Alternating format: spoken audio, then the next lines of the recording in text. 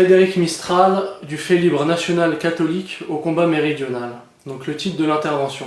En résumé, on va voir, sans doute brièvement, parce que ça va paraître très dense, avec beaucoup d'informations, agrémentées de citations, saupoudrées de multiples réflexions. Mais cela dit, on va survoler pas mal de thèmes. Donc après, c'est à tout un chacun de développer. On va voir évidemment, par rapport à Mistral, sa vie, ses écrits, le fait que les salons parisiens l'ont remarqué, tous les aspects que ça peut contenir de littéraire, culturel, pourquoi pas politique, identitaire, la mouvance qui est liée à ce courant, donc félibrige d'abord, occitanisme ensuite. On verra la liaison, les différences, après c'est toujours assez subtil. Question de fond entre cette France du Nord et cette France du Sud aussi, qui n'est toujours pas réglée, qui continue, qui revient. Et encore des thèmes de droit naturel, à savoir quel est le rôle de la province, quel est le rôle de la nation, ou ce genre de sujet-là. Donc Mistral pour commencer, et avec des aspects un peu de littérature, ça changera de mon habitude. Par rapport à sa famille, il naît dans une famille de propriétaires terriens, donc on dirait aujourd'hui des paysans aisés, de manière plus simple pour comprendre. C'est une famille d'époque, donc elle est marquée par la défaite de 1870 contre les Allemands. Et Mistral, lui par contre, en revanche, ne retiendra pas un espèce d'anti-germanisme primaire, contrairement à Charles Maurras. Ce n'est pas qu'il n'a pas une hostilité ou qu'il est philo-germanique, c'est juste qu'il n'en traite pas, qu'il n'y pense pas. C'est vraiment centré sur le côté méridional, provençal qu'il est. À sa naissance, donc son père François Mistral dira un fils, que le bon Dieu le fasse grand et sage, et forcé de constater que la Providence a réalisé ses vœux. Vu l'homme qu'il est devenu, il est né le 8 septembre 1830 dans les Bouches-du-Rhône, éduqué au conte populaire, au conte local, dans sa langue maternelle, qui n'est pas le français, mais du coup un dérivé dialectal provençal. Le poète de Mayenne qualifie Alphonse Daudet en référence à son village natal, et il a fait un livre sur Frédéric Mistral, qui se nomme Le Poète Mistral. Le Figaro ira même oser la comparaison avec D'Artagnan. Il l'appelait le mousquetaire de Mayenne, et en référence à sa petite moustache, et on disait-on une allure, une démarche un peu militaire, et bien le surnom était tout trouvé, le mousquetaire de Mayenne ou D'Artagnan. Donc j'en viens au premier élément important concernant Frédéric Mistral, c'est son ouvrage Mireille, qui est sorti en 1859. Il raconte en fait la figure de Provence, et à travers un personnage qui est une jeune fille de Provence, tout simplement.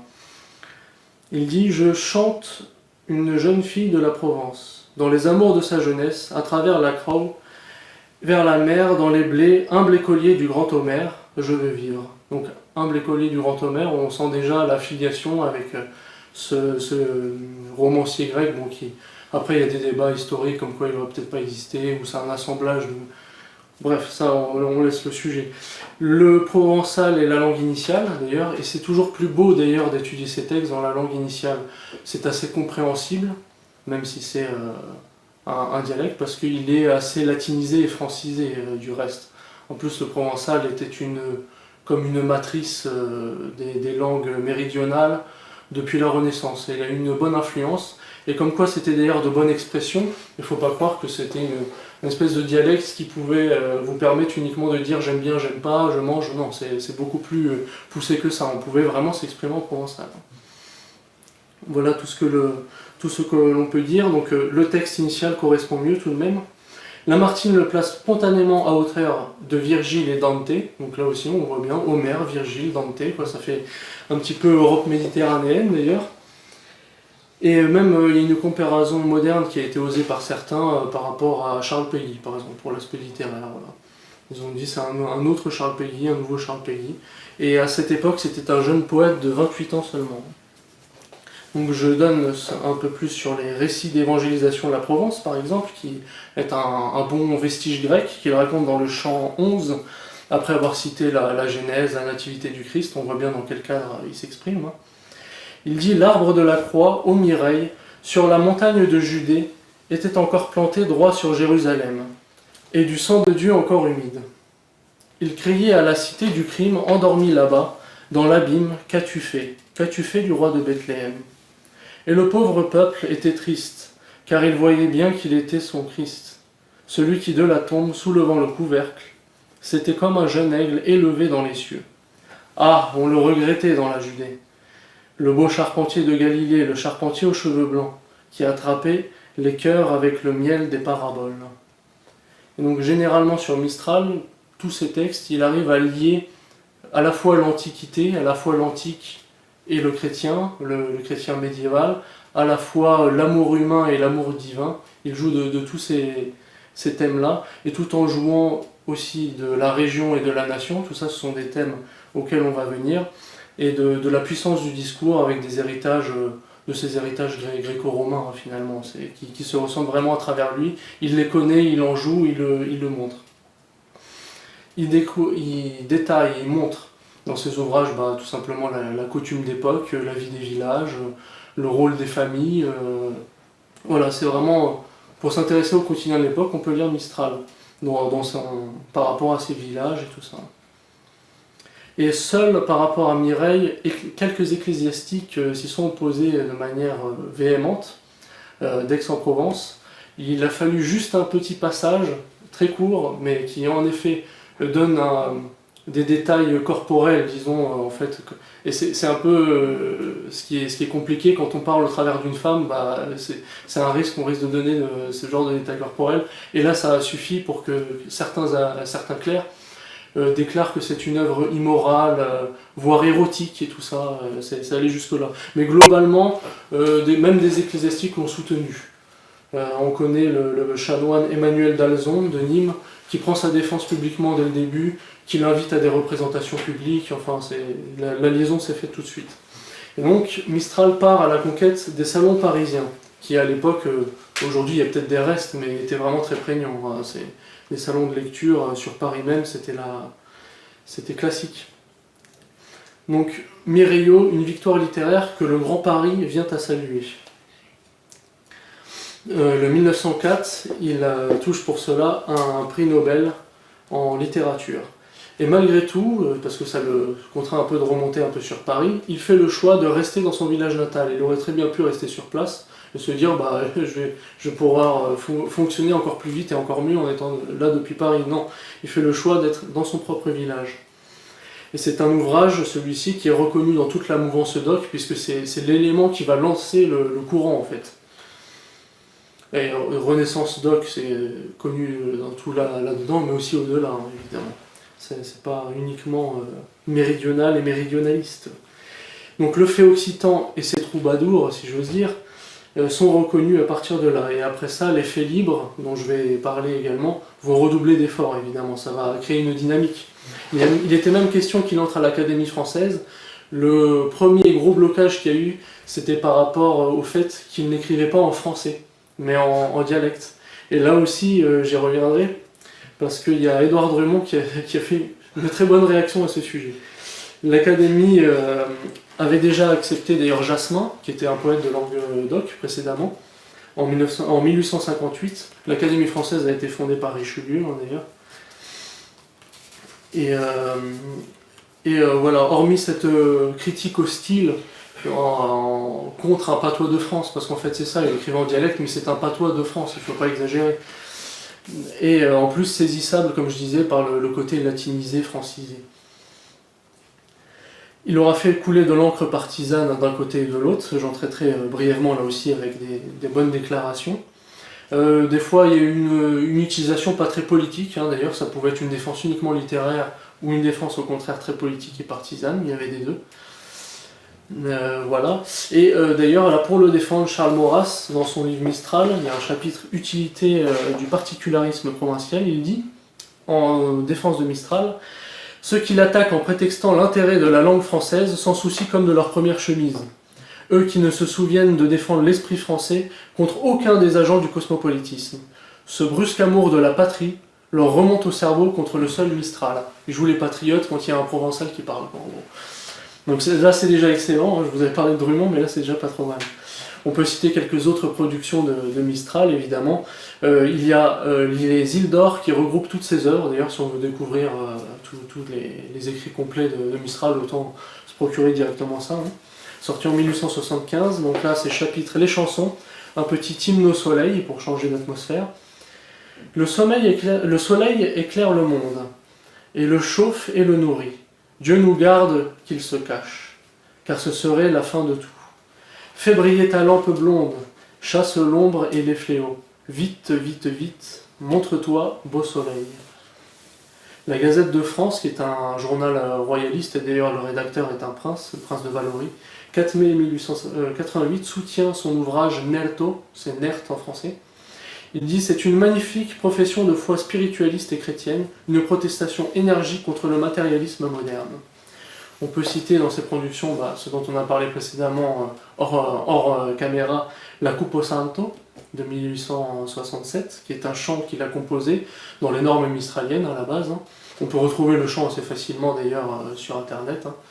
D'ailleurs, il est toujours diffusé dans certains stades de sport. Il me semble que le rugby, voire le football, concernant l'équipe de Marseille, ou des choses comme ça peut être encore lancé à l'entrée des stades, un peu comme à Toulouse, le Secanto, par exemple, qui est un autre des hymnes du Midi parmi les plus connus. Là, c'est vraiment les deux les plus connus pour le coup. Et vous avez d'ailleurs, par rapport à la Cupo Santo, qui donc est un hommage à la terre, un hommage local, aux frères catalans, parce qu'il y a tout un épisode qui est raconté. On peut trouver d'ailleurs l'équivalent catalan de Frédéric Mistral, comme on dit, c'est Victor Blaguer. Victor Blaguer était un catalan monarchiste catholique d'époque, c'est son équivalent, mais en langue catalane en fait. Il défendait la parole albigeoise, si j'ose dire, depuis la Catalogne, ou dans les Pyrénées, si l'on veut. Pour le coup. Donc si je cite le second couplet de la Cupo Santo qui est assez plaisant, pour le coup je le fais un peu en provençal, ça donne, mais compréhensible vous allez voir, d'une vieille peuple fière et libre, siam besai la finition, et se tumbol ni fe libre, tumbara nostro nation. Donc ça donne d'un vieux peuple fier et libre, on en voit la fin, grosso modo, et si tombe l'effet libre, notre nation tombera, grosso modo. C'est très joli, et là, en effet, dans le dialecte, ça fonctionne mieux. On peut donner quelques toutes petites citations de Mistral. Il dit « Les arbres aux racines profondes sont ceux qui montent le plus haut. » Ou encore « Les 5 doigts de la main ne sont pas tous égaux. » Et ces toutes petites déclarations qui peuvent paraître très innocentes, mais très imagées, finalement, à elle seule, peut refuser catégoriquement la philosophie des Lumières. On sent qu'il y a un petit côté ordre naturel et fin de l'égalitarisme juste dans ces petits propos, quoi. C'est assez plaisant d'ailleurs. Ça va contre le nominalisme de la philosophie des Lumières, c'est-à-dire les objets, les choses n'ont pas de réalité naturelle intrinsèque, mais c'est juste une vue de l'esprit. Donc là, vous avez vu une pomme, vous dites c'est une pomme, ah oui, moi je dis c'est une fraise, et voilà. Et là, le débat est lancé, c'est fini, il n'y a plus de réalité naturelle. On peut mettre la conception qu'on veut sur n'importe quelle chose, il n'y a pas de réalité intrinsèque. Ça s'oppose au réalisme d'Aristote et de saint Thomas d'Aquin, par exemple. Je passe à des thèmes un peu de droit naturel, donc de la fonction de la province et de la nation dans la cité. Quelle place tient la province? C'est une grande question, entre le localisme, l'éventuelle attache nationale, l'universalité, on peut remonter au-delà. Et dans le thème de l'universel, on peut couper en deux universels qui s'opposent et qui continuent aujourd'hui, celui chrétien et celui juif. L'universel chrétien veut des peuples enracinés, c'est-à-dire qu'il reconnaît des particularités à chaque homme, à chaque peuple, bien définies, ce qui ne contrevient pas, selon nous, à l'ordre universel. Voilà, il y a un concours des peuples, et la particularité n'empêche pas de savoir que nous sommes tous de nature humaine, etc. Or là, l'universel juif est fondamentalement cosmopolite, hormis pour eux, ce qui est assez fort. Là, dans un esprit chrétien, si vous invoquez la charité, bon, après c'est un thème de théologie aussi, mais la charité, vous souhaitez le meilleur pour l'autre. Vous savez que cette chose-là est bon pour moi, donc elle est bon pour l'autre. Or là, si on est racialiste pour soi et cosmopolite pour les autres, c'est qu'on veut les détruire, et ça voudrait dire que d'un seul coup, ce qui est bon pour moi est mauvais pour l'autre, ou inversement, quoi. C'est bon pour lui, c'est mauvais pour moi, voilà. À titre d'universalité, c'est indéfendable, quoi. La seule position défendable, c'est universalité faite de différentes particularités. Donc voilà à cette échelle tout ce que l'on peut dire. c'est assez fort en café, cette position-là, quoi. C'est se proclamer universel alors qu'en fait c'est cosmopolite. Il faut savoir plancher là-dessus. Donc par rapport à la province, je cite Pierre Lasserre dans son Frédéric Mistral, il cite lui-même Félix Grasse, qui était un des chefs faits libres qui a succédé, d'ailleurs c'est pas le premier, hein, mais qui est connu. Il dit « J'aime ma province plus que ta province, j'aime mon village plus que ton village, et j'aime la France plus que tout. » Donc là aussi on voit aussi une attache qui proclame. On peut, par rapport à l'identité provinciale, citer Alain Texier, qui avait donné un entretien en 2007, c'était un royaliste de Limoges, septembre 2007, oui, dans la revue de Civitas numéro 25, qui traitait, c'était tout un dossier qui ne traitait que de provincialisme et tout ça. Il dit l'identité provinciale doit être développée dans tout ce qui n'est pas contraire à l'identité nationale, et dans la mesure exacte où ce que l'on présente comme étant l'identité nationale correspond réellement à la vocation profonde du pays. En peu de mots et bien résumé, il y a bien tout qui est traité. Il y a un vers de Jasmin aussi qui est très connu qui dira la petite patrie vient avant la grande. Et ça, c'est un thème très intéressant. Si on s'en tient à Frédéric Mistral, petite patrie, c'est la Provence, et la grande patrie, c'est la France. Et là, donc la petite vient avant la grande, c'est vrai, c'est ce qui est de plus proche de nous. La province a un caractère identitaire plus charnel, mieux défini. La nation, à ce stade, c'est déjà assez multiple. Donc on peut dire qu'en effet, de ce point de vue-là, la petite patrie est très proche. La grande patrie, elle, cependant, comme le dit le nom, elle est grande, donc elle est plus grande, elle est plus commune, elle est plus forte. Donc elle a un autre rôle, qui même semble supérieur. Mais déjà un peu plus, je dirais pas dans l'abstraction, mais c'est d'un ordre national supérieur plus haut et distinct. Et le patriotisme provincial est un élément du patriotisme national. Charles Maurras jouera beaucoup là-dessus d'ailleurs. Chacun à son échelle, chacun a son rôle. Pour traiter de ce qui est de la patrie romane, Mistral pourrait dire la race méditerranéenne, on pourrait dire la race blanche version méditerranéenne. Je crois que c'est Mussolini qui avait cette expression-là. Voilà. En description, dans son ode à la race latine, prononcé à Montpellier, qui deviendra un hymne du Midi, bon là c'est un texte pour le coup. Ta langue d'or, fille romaine du peuple roi, est la chanson que rediront les bouches humaines, tant que le verbe aura raison, verbe V majuscule. Race latine, en souvenance de ton destin toujours courageux, relève-toi vers l'espérance et fraternise sous la croix. Là c'est Mireio. Dans Mémoire et récits, aussi sorti en 1851, c'est à 21 ans d'ailleurs qu'il se décide et qu'il dit « Je pris la résolution premièrement de raviver en Provence le sentiment de race que je voyais s'habiller sous l'éducation fausse et antinaturelle de toutes les écoles, secondairement, de provoquer cette résurrection pour la restauration de la langue maternelle et historique du pays, à laquelle les écoles toutes font la guerre à mort. Troisièmement, de rendre la vogue du provençal par l'influx de la flamme de la divine poésie. » Là aussi, il souligne un thème, c'est par rapport à l'opposition de l'école de Jules Ferry. Donc ça aussi, on y viendra. Et le terme de race ici, la biologie est tout juste découverte au 19e siècle et ça commence par les Allemands d'ailleurs, par des naturistes allemands. Et du coup, le terme ici signifie plus un droit de filiation, un droit du sang, un droit familial. C'est un peu la définition médiévale qui est invoquée. Parce que la conception plus moderne n'était pas encore découverte comme on la connaît, tout simplement. Dans les îles d'or, là c'est dans les Cervantes, le psaume de pénitence. Il dit « Seigneur, nous voulons devenir des hommes. En liberté, tu peux nous mettre. Gallo-romans et fils de noble race, nous marchons droit dans nos pays. » Et le journal de Montélimar le soutiendra le 18 août 1889. C'est un éloge d'un usage plus général. Il dira « L'Homère méridional », là aussi c'est redondant, ça revient, « L'Homère méridional ». Le chantre de Mireille, de Nert et de Calendal a compris qu'il fallait, en face des sectaires et des doctrinaires du républicanisme, arborer dans toute son indépendante fierté le drapeau du Midi. Et en effet, pour ce qui concerne la Provence, il y a aussi tout un héritage historique assez riche. C'est plus connu pour le comté de Toulouse, mais il y a le comté de Nice, un riche héritage linguistique influent dans la Renaissance, je l'avais dit précédemment, qui est purement provençal, assez rapproché de l'Italie occitane, puisque au-delà des Alpes, le dialecte persiste aussi. Si on trace des frontières linguistiques, ça dépasse un petit peu le sud français. Voilà, donc c'est dans ce contexte-là qui lutte. Lui. Après, il y a le cas occitan plus large, et puis le cas provençal, pardon, qui est le sien. De même que Victor Blaguer va défendre l'aspect un peu plus catalan. Donc la province dans la nation. La province est elle-même déjà assez multiple, il y a plusieurs échelles en dessous, hein. Il y a toutes des municipalités, des communes, qui regroupent elles-mêmes des villages et tout ça. Et on redescend comme ça jusqu'aux familles, jusqu'aux individus, si on traite de haut en bas ou de bas en haut, ça dépend. Et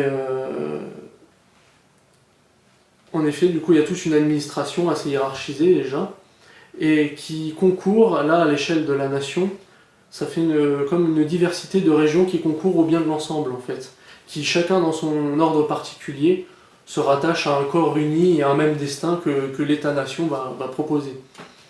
Mais là aussi, chacun dans sa particularité, quoi. Et Mistral, qui a longtemps été apolitique, je sais que les occitanistes modernes très politisés lui reprochent, ont très souvent planché là-dessus parce que ça restait d'un caractère très littéraire, et c'est en partie vrai, il faut le dire. Cependant, il adhère à la Ligue de la patrie française tout de même en 1899, ce qui lui fait rejoindre tout de même le camp des nationalistes, quoi. Même si c'est mêlé à du patriotisme à l'époque et tout ça, c'est quand même assez clair qu'il était de ce bord-là, Frédéric Mistral. La position mistralienne est un patriotisme doc, mais pour le coup avec une reconnaissance incontournable de la patrie française également. Et je passe à des éloges de la part de nationalistes français qui vont être pour le coup plus politiques. Charles Maurras, qui est aussi provençal, hein, et bien connu Frédéric Mistral, et justement dans sa lettre de Mistral, le cite d'abord en disant « Rien n'est plus joli que notre cause, c'est une nationalité qui veut se conserver par sa langue, en laquelle réside l'âme de notre race, et ce sont des poètes qui sont les apôtres de ce culte absolument inoffensif, je vous le jure, pour l'unité française. » Et puis Maurras en dit « Quand il le voulait, quand cela lui chantait, Mistral écrivait un français admirable, d'une souplesse, d'une harmonie, d'une familiarité et d'une pureté excellente. » Il faisait le choix d'écrire essentiellement en provençal, mais en soi il se débrouillait très bien en français également. Il y a eu tout un usage de Mistral par l'Action française, d'ailleurs qui est très droitier en ce sens. J'en viens à Édouard Drummond par rapport au fait qu'il usait d'un dialecte. Dans la Libre Parole du 11 juillet 1896, il dit « Vous voyez Paris, qui est devenu un lieu quelconque où les juifs et les naturalisés tiennent la première place. » Les naturalisés, hein. C'est vrai qu'à l'époque, il y a eu tout le nationalitarisme, hein, le nouveau code de nationalité qui commençait à faire primer le droit du sol sur le droit du sang, finalement. On était français parce qu'on était républicain, alors hop, ça a assimilé à tour de bras. C'était l'origine. Aujourd'hui, on en voit le bout, hein, d'ailleurs. Mais voilà l'origine. Je continue. Il se trouve un poète admirable, donc Mistral, qui a chanté le travail sacré des champs, qui a dit la grandeur de cette vie rustique qui pendant des siècles donna à la France ses vaillants et ses plus solides soldats. On rencontre malgré tout des journaux où l'on écrit moitié anglais, moitié en patois judiche, on dirait yiddish aujourd'hui, hein, pour dire à cet homme, sans doute vous ne manquez pas de talent, mais vous n'êtes pas assez français pour nous. C'est excellent, des naturalisés à moitié anglo-saxonisés qui dit au provençal, mais attends, mais tu parles un dialecte de bougnoul, c'est quoi ça? Il se trouve d'un seul coup patriote, le gars. Non, le provençal est un patois de France, faut pas exagérer. Et après, la citation est plus longue, il revient à Mistral qui défendait la terre paysanne. Il y a des thèmes d'ailleurs que Édouard Drumont lui-même traitait. Hein. C'était pas que de l'antisémitisme pur, il n'y avait pas que ça chez Drumont. C'est beaucoup plus large. Et Gaston Méry, qui était le rédacteur en chef de cette même revue, La Libre Parole, suit le 22 juillet en 1896 en faisant une remarque au Fait Libre. « Nous voulons la Provence aux Provençaux comme vous voulez la France aux Français. » Maurice Barrès, là c'est carrément dans un livre, L'Appel aux soldats, sorti en 1900, il raconte sa rencontre avec Mistral, de cette manière-là. Mistral a retrouvé la langue de son pays, et par cette voie a restitué un sens en même temps qu'une expression au contour des rochers, à la physionomie des plantes et des animaux, à la transparence de l'air, à la beauté des nuages, enfin aux mœurs de ses compatriotes. Il a relié à leur terre, à leurs ancêtres, les passions de ses contemporains. Il a rendu confiance à l'histoire de sa race, qui allait s'interrompre parce que cette race s'était désaffectionnée d'elle-même. thème très intéressant. On peut le dire à l'échelle provinciale comme nationale, comme raciale, si j'ose dire. Cette race s'était désaffectionnée d'elle-même. Son œuvre est une magnifique action. Il est le sauveur d'une société. Je vous cite maintenant Léon Bloy, qui là pour le coup a une défense plus littéraire, un auteur d'ailleurs assez spécial, hein, où on l'apprécie ou on ne l'apprécie pas. Il était lui aussi catholique, et périgourdin d'origine d'ailleurs. Donc dans Le Chat Noir, qui est la revue dont le rédacteur en chef est Émile Zola, mai 1884, il dit « La présence à Paris de Frédéric Mistral a ranimé pour une heure le petit cadavre de la poésie contemporaine qui puait depuis quelque temps sur l'état vermineux des marchands de littérature. Ils ne sont pourtant pas toujours faciles à aimer, les méridionaux, mais ils sont vivants et pleins de santé. Et leur esclafante folie assez riche pour faire l'aumône à la maussade sagesse des sceptiques hyperboréens. » Là, on sent la distinction sudiste et nordiste assez forte. Ils sont incontestables survivanciers du monde latin.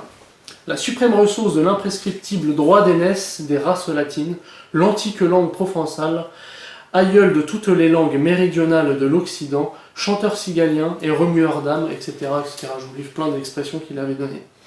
Donc Mistral est provençal, Mistral est national, et Mistral est aussi catholique.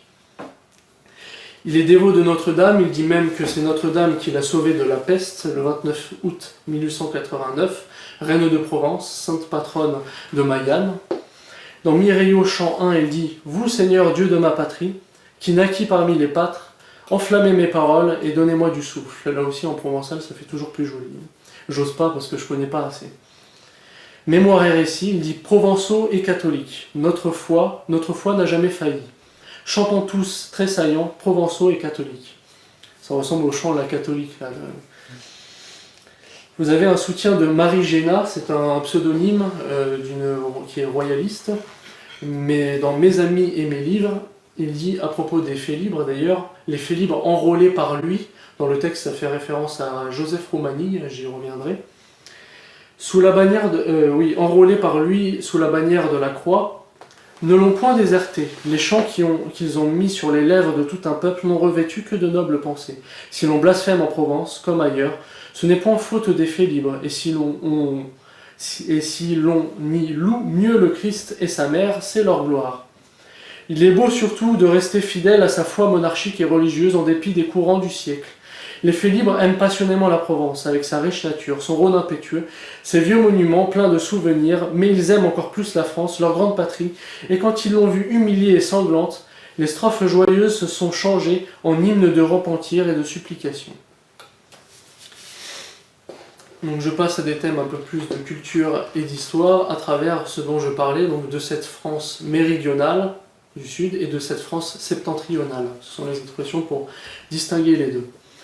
On le distingue par la langue, et c'est Dante Alighieri qui avait lancé la chose à travers la manière dont on disait oui. Donc il distinguait oil pour le nord, o pour le sud, parce qu'on dit oc, mais le C ne se prononce pas. Languedoc, lengado. En fait, il y a un C, mais il ne se prononce pas. Et le si aussi, également pour les Italiens, tout ça. Donc il avait établi cette distinction à travers la manière dont on disait oui selon les pays. Nord de la France, sud de la France, et après, l'Italie et l'Espagne, pour le coup, disent de la même manière le oui. Et le terme latin Occitania apparaît au Moyen-Âge, il est vraisemblablement forgé sur le terme d'Aquitania. C'est un peu la même évolution, donc Oc, Occitan, Occitania, Occitanie. Bon voilà, ça vient du même terme. On dit le midi, les occitanistes modernes n'aiment pas beaucoup le mot d'ailleurs, parce que très souvent, quand on dit midi, ça rattache un peu à la France. On dit le midi de la France. Il y a un côté, un séparatiste n'apprécie pas le terme. Ou le mi-jour, on disait. Il est délimité par les seules frontières linguistiques. C'est le thème qu'on connaît plus, avec les langues romanes ou langues néo-latines, on peut dire. Et comme je vous disais, si l'on délimite à la manière des langues, on peut même délimiter géographiquement. Parce qu'à l'époque où les avions n'existaient pas, on sait bien qu'une montagne, ça n'est pas rien à passer. Ce qui fait que vous avez grosso modo le Massif central, au sud ça devient Occitan, Vous avez les Alpes dans le sud-est, au-delà c'est l'Italie.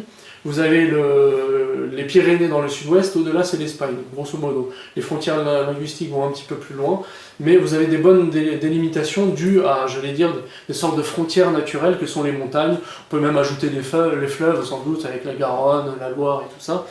Mais grosso modo, ça traçait bien les choses, hein. D'ailleurs, Occitania est très bien connue à partir du XIIIe siècle. Elle est reconnue dans les actes de la royauté française, hein, du royaume des Francs, du royaume de France. Elle est répertoriée comme ça en lingua occitana, ça a été repéré à partir de là. Donc ça a tout de même une réalité, hein, ça ne vient pas de nulle part. L'Occitanie, après, sa faiblesse, et aujourd'hui on sent la chose, c'est qu'elle n'a jamais eu de réalité politique concrète comme on le dessine aujourd'hui. On peut trouver, et c'est vrai, certaines périodes où, avec le comté de Toulouse, avec une grande partie, hein, le comté Raymond de Saint-Gilles, qui en plus à l'époque ça n'était pas rien, hein, c'était le temps féodal, c'était beaucoup plus décentralisé. C'est tout juste si le comte de Toulouse n'était pas encore plus riche que le roi de France, et quand il a participé aux croisades, il n'était même pas limite encore plus efficace, hein, c'est tout un autre contexte, le Moyen-Âge et le temps féodal. Mais voilà, même le comté de Toulouse, au meilleur de sa forme et dans le plus grand des cas, n'a pas donné cette Occitanie politique et linguistique que l'on dessine aujourd'hui, mais qui a sa réalité, en effet, à travers la langue au moins, et de la culture, c'est vrai. Frédéric Mistral, donc pour le citer par rapport à ce Midi, donc il défendait déjà une unité, hein, tout de même, dans les îles d'Or, je cite, au poète catalan. Des Alpes aux Pyrénées, et main dans la main, poètes, relevons donc le vieux parler roman. C'est là le signe de famille. C'est là le sacrement qui unit le fils aux aïeux. L'homme à la terre, c'est là le fil qui tient le nid dans la ramée. Et on a aussi dans le sud, on peut repérer des régions phares. Alors évidemment, il faudra sans doute détailler encore plus le sujet, le rôle de chaque ville, hein. Je vais pas, désolé pour celles que j'omettrai, c'est vrai que vous avez Vichy, Poitiers, Toulon, Clermont-Ferrand, Marseille, Nice, voilà, tout un tas de villes. J'en retiendrai trois pour trois aspects différents. Vous avez évidemment le comté de Toulouse, capitale politique, hein, indéniable. C'est de là que tout se passait niveau puissance politique, hein. Je vais citer Raymond de Saint-Gilles. Bordeaux en capitale économique. Ça c'est une évidence, hein. C'est là où il y a beaucoup de productions livresques, d'universités. Ça perdure aujourd'hui d'ailleurs, ça avait sa réalité à l'époque. Bon, il n'y a pas que le vin, hein, évidemment. Voilà, donc il y a aussi ça. Et même les chemins de fer, voilà, on sent que c'est une ville encore même économiquement bien productive. D'ailleurs, avec le rattachement à la Nouvelle-Aquitaine d'aujourd'hui, qui regroupe tout le sud-ouest, comme Bordeaux est plus riche, elle a tendance à rapatrier les modes d'administration, voire à s'en racheter un peu de patrimoine, hein. On sait que Limoges en a un peu perdu, par exemple, depuis ce rattachement. Donc voilà, capitale politique Toulouse, capitale économique Bordeaux, et même une capitale religieuse, on pourrait dire, pour le Limousin. Les comtes de Toulouse eux-mêmes passaient par Limoges pour se faire, c'est ni ordonné ni sacré, je ne sais plus quel est le terme, mais pour leur célébration, on va dire, hein. Ils passaient par Limoges. L'apôtre le plus connu de toute la Nouvelle-Aquitaine, c'est Saint Martial, il agissait depuis Limoges là aussi, donc on a tout un héritage, une vingtaine d'abbayes d'églises répertoriées par le diocèse de Limoges, l'abbaye Saint Martial dont on découvre encore beaucoup de choses très intéressantes, bon nombre de saints limousins. Alors des fois c'est originaire du Limousin, des fois c'est de passage au Limousin, des fois c'est agissant au Limousin, il y a Saint-Antoine de Padoue par exemple qui était de passage. Saint-Martial est très connu, il prend beaucoup de place, mais il y avait même Saint-Éloi. C'était en plein âge d'or du Limousin, hein, c'est-à-dire qu'il avait même des liens avec la royauté française, avec le travail. Alors on peut citer énormément de choses. Donc capitale religieuse pour le Limousin. Il y a même des cultes assez particuliers, les reliques, les ostensions, que le patrimoine de l'UNESCO a reconnu, attention, ça rigole pas. Vous avez un livre qui récemment a montré pas mal ces choses-là, Jean-Christophe Monteil, Les saints du Limousin, croire et montrer, si vous voulez développer un peu sur ces thèmes, sur ces sujets-là. On pourrait encore disserter longtemps sans doute. Maintenant, cette liaison progressive du Sud avec la monarchie franque, souvent à l'époque quand on parlait du Midi ou de la culture méridionale, on revenait tout de suite au Moyen-Âge. Il n'y avait limite que cette réalité-là qui était retenue et qui était évidemment très forte en ce temps féodal, comme je disais, c'est évident. Mais il y a eu de premiers rapprochements. Bon, Clovis contre la Nouvelle-Aquitaine, hein, après évidemment ces rapprochements au début c'est surtout des guerres, hein, ça c'est sûr. Également l'espèce de reconquista occitane, on peut dire, avant la reconquête de l'Espagne, où il y a eu la légion de Charles Martel avec eux d'Aquitaine, voilà, tout ça ce sont des différents rapprochements où le nord et le sud ont commencé par se côtoyer. Un grand élément historique aussi à retenir, c'est la nécessité de la croisade en Orient, dont le premier but était de délivrer les pèlerins, de délivrer le tombeau du Christ et de permettre aux pèlerins chrétiens de continuer de circuler puisque ça leur a été récemment interdit. C'est le sujet principal. Hein. Il y a eu la volonté du royaume des Francs et de l'Église catholique de faire cette croisade, d'abattre précédemment aussi les hérésies qu'il y avait dans le sud de la France. Ça donnait des guerres, hein, dont les douleurs restent encore. Et pour cette croisade, forcément le royaume des Francs avait besoin d'un accès sur la Méditerranée. Donc j'allais dire le cheminement est tout trouvé, il faut passer par le Midi pour y aller. Quoi. Et sans quoi, si le royaume des Francs n'avait pas unifié le Sud, on se dit très logiquement, soit le Sud aurait eu une réalité politique à elle-même, soit il aurait dérivé naturellement vers l'Italie ou l'Espagne. C'est culturellement plus proche, plus latin. On sent que si la France n'avait pas dominé ici, ça aurait été sans doute quelqu'un d'autre. Donc voilà, je pense avoir donné tous les détails, enfin en résumé. Il y a eu la croisade contre les Albigeois aussi précédemment, qui reste une douleur, hein, et évidemment la douleur de la défaite, hein, ça c'est sûr. Où d'ailleurs il y a eu une unité totale, hein. Il y a eu même le royaume d'Aragon qui n'a pas participé avec le comté de Toulouse. Il y avait une sorte de Midi uni pour le coup, hein, c'est vrai, ou plus ou moins. Lors de ces croisades-là. Alors après, il y a une certaine réalité de l'hérésie cathare avec de l'influence de la gnose orientale à l'époque. Ça a certaines réalités, hein, évidemment. Les gauchistes occitans on accepte l'héritage direct très souvent. Leur notion d'héritage, ils aiment bien évincer un petit peu le catholicisme en disant on n'était pas forcément trop attachés. Nous, c'est le Midi, on est une terre libre. Alors on aime bien un petit peu tout, alors voilà, hop, ils englobent toutes les hérésies chrétiennes, on est cathare, on est albigeois, on est protestant, on est ésotérique chrétien, on est franc-maçon, pourquoi pas, c'est la fête quoi, c'est le cosmopolitisme d'une autre manière.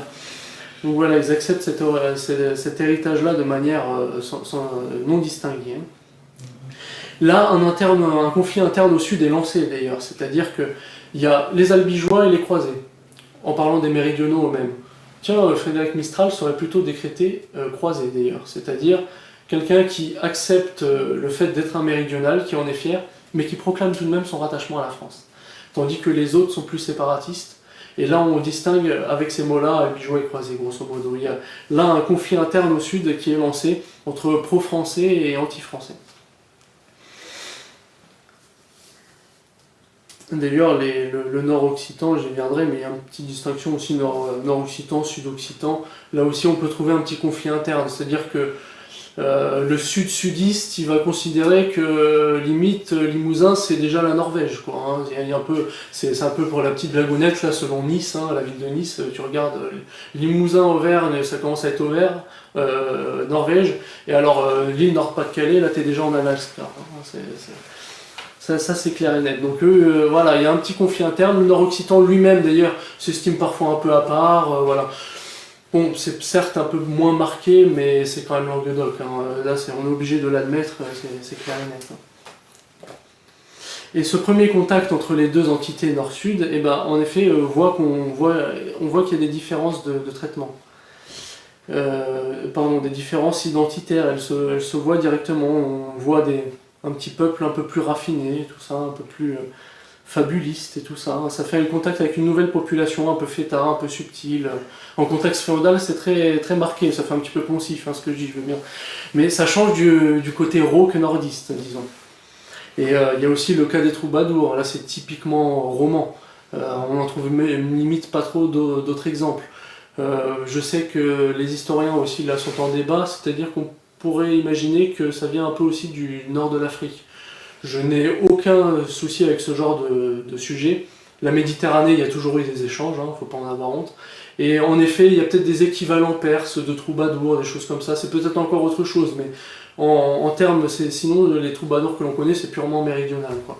Il y a pu avoir différentes influences, voilà. Voilà pour les troubadours. Il y a des chants médiévaux qui restent d'ailleurs, du temps de Richard Cœur de Lion à Léonore d'Aquitaine. On peut en trouver encore à l'écoute hein, sur internet si vous voulez vous y intéresser. L'âge d'or et puis les Limousins ont une grande participation pour le coup là-dedans. Bernard de Ventadour qui est très connu. Voilà, pour le coup le Nord occitan représente quoi. Hein, il n'est pas absent non plus. Donc voilà, je passe maintenant à quelques citations qui soulignent ces différents caractères nord-sud. Sextius Michel, dans La Petite Patrie, il cite lui-même d'Élin Montaut, qui dit « Nous autres méridionaux, nous sommes également fiers de toutes les gloires de France. Nous admirons la grande patrie dans les multiples manifestations de son génie. Nous sommes reconnaissants à toutes les provinces de lui avoir donné les meilleurs de leurs enfants. Nous ne revendiquons que le droit de réserver à ceux qui nous sont propres un culte plus intime et familier. L'amour de la patrie, une et indivisible, est fait de celui des petites patries, de l'attachement par les faits libres de l'être à la terre où ils sont nés. À la lumière adorable où s'ouvrir les yeux, aux arbres, aux rochers, aux champs et aux cimetières des aïeux. » Vous avez Louis Favre dans Patois de France, qui a aussi un soutien un peu sentimentaliste. Les patois sont très expressifs, très clairs et très précis. S'ils sont rudes dans le nord et l'ouest, ils offrent une extrême élégance dans le midi. Attention, conflit. Rien n'est doux et harmonieux comme ce beau dialecte provençal qui exprime les passions les plus vives dans le langage le plus pathétique et le plus entraînant. On parlera toujours le provençal tant qu'il y aura un poète dans cette région. Et il en existera toujours, car l'homme naît dans cette contrée avec une âme vive et impressionnable, sensible à toutes les beautés de la nature. Alors il est évident qu'aussi, c'est beaucoup plus facile d'avoir des attaches directes avec son terroir quand on en est purement originaire. Là, je fais référence, il est évident que des bicots invasifs au fin fond de Marseille, ils peuvent avoir les petites feuilles de Provence et tout ça, ça n'a pas le même effet, c'est évident. Et inversement, hein, je veux dire, je ne veux pas faire de l'hostilité pure, hein, vous êtes né au fin fond du désert, en tant que Français de souche, vous n'allez pas avoir une attache magnifiée, si j'ose dire, parce que ne serait-ce que le fait de l'absence des aïeux et tout ça, hein, voilà, ça ne fera pas le même effet à Pierre, Paul ou Jacques, ou à Mahmoud et Mamadou, ça c'est évident. Hein. Et dans le midi, on dira Pierrot, Jaco, et mais des petits hauts. Administrativement, c'était interdit, donc ils ont des prénoms français, mais dans le village, on rajoute le haut. Ça c'est très méridionaliste. Donc je continue, Édouard Comte, Écho de Paris, 30 juin 1896. Là aussi, il vient du sud, mais un petit peu nordiste dans son propos, donc ça peut être intéressant, il faut en prendre acte. Mais il n'y a pas à dire, le Nord est plus intéressant. Le Nord nous a vaincus, le Nord l'emporte en toutes choses, en armes, en sciences, exercice de la pensée. Le Nord ne bavarde pas, le Nord est plus fort, la légèreté méridionale nous a coûté très cher. Et dis-nous, hein, s'estime quand même du Sud. La jeunesse intelligente ne se tourne donc pas vers le Midi.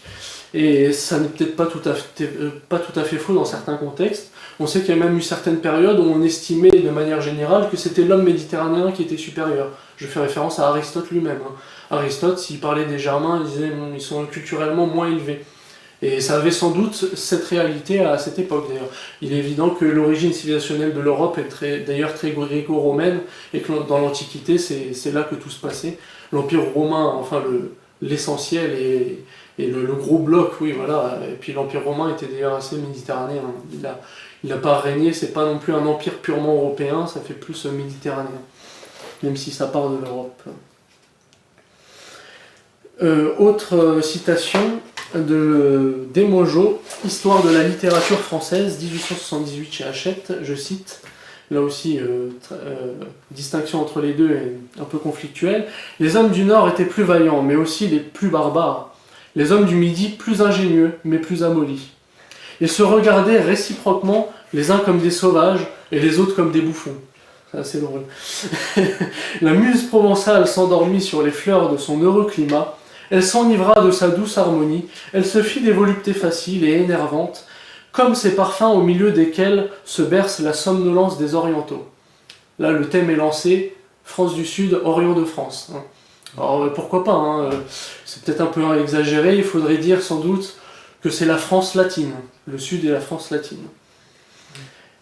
donc en parlant du Midi, elle dédaigna trop la mâle et austère pensée, cette base solide de toute poésie durable. Il s'oppose au fait libre avec cette déclaration. La poésie française ne devrait pas demeurer entre les mains frivoles de ces poètes du Midi. Petite hostilité nordiste. Alors, le Sud, c'est Orient de France, pourquoi pas, mais là, il y a exagération qui vient de Louis-Ferdinand Céline, attention, on va s'amuser. Bon, il est un petit peu barge, il faut le prendre pour un personnage littéraire, ça peut être très drôle quand on le lit, c'est bien bourrin. Hein. Lors de l'invasion de la zone libre, donc lorsque l'État français siège dans le Sud et que ça demeure hors cadre allemand, en 1942, il déclare ceci. Zone Sud, zone peuplée de bâtards méditerranéens dégénérés, de nervis, faits libres gâteux, parasites arabiques. Je pense pas qu'on soit des arabes dans la salle. Que la France aurait tout intérêt à jeter par-dessus de bord, au-dessous de la Loire, rien que pourriture. Excusez-moi. Fainéantise, infecte métissage négrifié. Bon, c'est quelque peu exagéré de ne pas faire la différence tout de même entre les Européens, ou si vous voulez, la Méditerranée du Nord et la Méditerranée du Sud. Dans la Méditerranée du Nord, on reste ultra majoritairement, je veux dire, des Européens, c'est souvent. Donc voilà, faut pas exagérer. Il y a un côté drôle, en même temps il chie un peu dans les bottes. Voilà, et puis en plus, si on commence à entrer dans des conflits comme ça, bah nous méridionaux, on va faire regarder dans le nord, vous avez une ville de consanguins intégrale, quoi. Et voilà, et là c'est bon, c'est pareil. Donc voilà, faut pas exagérer.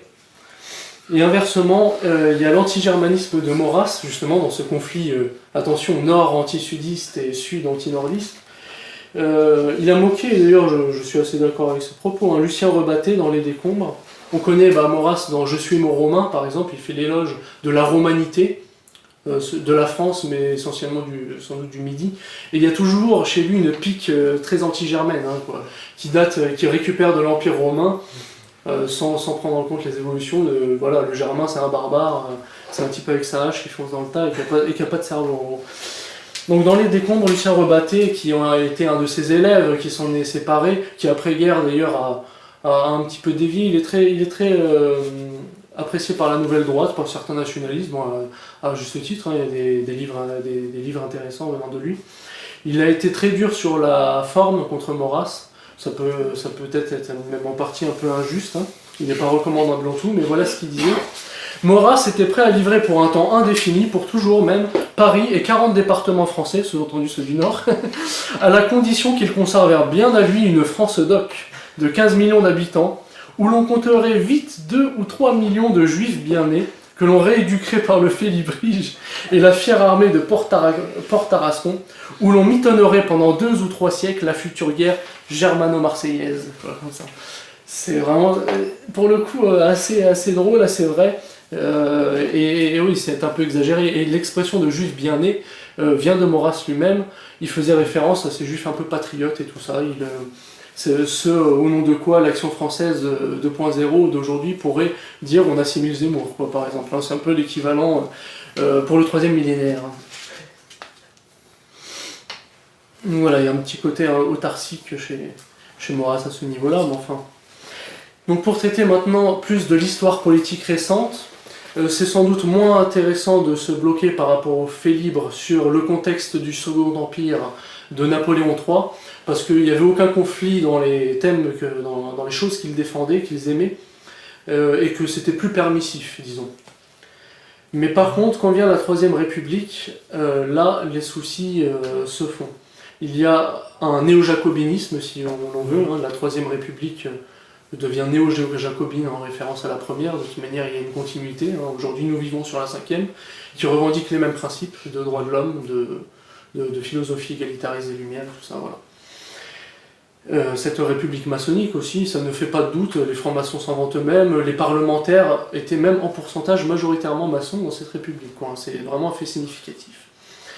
Donc le jacobinisme revient à la mode, unité de la nation, pourquoi pas, mais là, contre les particularismes. C'est ce qui s'est passé avec la Troisième République. Et les provinciaux sont accusés de séparatisme, en fait.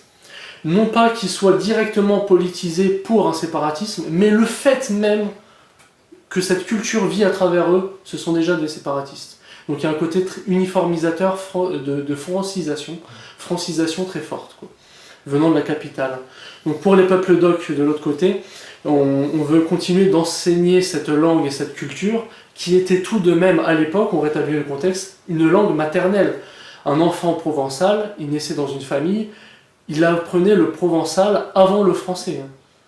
C'est tout de même, c'est un autre contexte.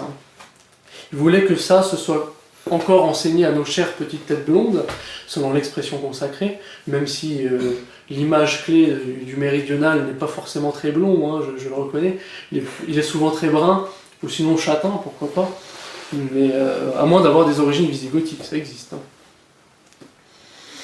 Voilà, alors l'unité d'une nation peut être bonne quand le pays n'est qu'une anarchie de province et qu'il faut le faire. Les pays d'Europe voisins ont une unité très tardive. Je prends l'exemple de l'Italie, elle a 150 ans en tant que nation constituée. Et là, en effet, pour pouvoir rattacher... En plus, elle avait un retard, c'est-à-dire que même unifiés, même lors de la Seconde Guerre mondiale, les pays européens avaient déjà un empire colonial, eux ils étaient en retard, et c'était tout juste, ils n'avaient pas tout à faire. Donc voilà, il y a un certain centralisme peut être bon, mais par contre il ne faut pas le faire contre les réalités naturelles, provinciales, même si ce sont des petites patries entre guillemets. Donc l'école laïque obligatoire, gratuite obligatoire, parce que c'est ça dont on parle, avec Jules Ferry, qui promeut une alphabétisation totale. Là aussi, ça peut être une bonne chose d'apprendre à son peuple à écrire. Le problème, c'est que le français arrase tout. C'est ici qu'on entre en conflit. C'est dans le tournant nationalitaire de 1880. Nationalitaire, on peut dire nationalitarisme, par exemple, pour parler d'un nationalisme civique républicain, qui s'oppose au courant nationaliste classique qui revendique les vérités de droit naturel, tout simplement. Voilà la distinction qu'on peut faire. Il s'ensuit des interdictions administratives brutales. Ce n'est pas uniquement une question de langue, où on interdit aux Bretons, par exemple, et même aux Occitans, de donner à leurs propres enfants des prénoms bretons. Il y avait aussi ce conflit-là, on était obligé de donner un prénom français. On interdit les parlers locaux, alors l'Alsace-Lorraine c'est pareil, puisqu'ils ont une influence un peu plus germanique. On peut voir, et là ça paraît logique, je veux dire à titre géographique, le nord-est va être un peu plus germanisé. Le nord-ouest, la France a une mer, mais cependant l'Angleterre a influencé la Bretagne. Grande-Bretagne, Bretagne, il y a d'ailleurs une origine celtique très forte, et de Grande-Bretagne elle-même, et le sud-ouest un peu plus proche de l'Espagne. Il n'y a que là qu'on peut voir, comme à Perpignan, des corridas, par exemple. Voilà. C'est un peu une petite Espagne française, quoi. Et le sud-est un peu plus, entre guillemets, rital, même si c'est encore autre chose. Et donc cela va plus loin qu'une histoire de langue. Vous avez la revue République du Midi qui dénonce les faits libres en tant qu'archéologie. C'est un peu l'expression qu'on dirait aujourd'hui un musée, quoi. Ils se prennent, c'est des rétrogrades, quoi. Ils sont au siècle dernier, ils viennent du Moyen-Âge, ces gens-là, ils n'ont pas évolué, quoi. Et le Petit Méridional ajoute aussi, en critiquant les fêtes latines de mai 878, au XIXe siècle, par rapport à ces hommages de Roumanie, donc Joseph Romani, j'en parlerai un peu, à la Rome chrétienne, il y a eu, en fait c'est toute une représentation, c'est un peu comme aujourd'hui on peut faire des fêtes, des banquets patriotes et tout ça, voilà, là il y avait eu par les faits libres des fêtes latines, et là toute la République s'y est opposée.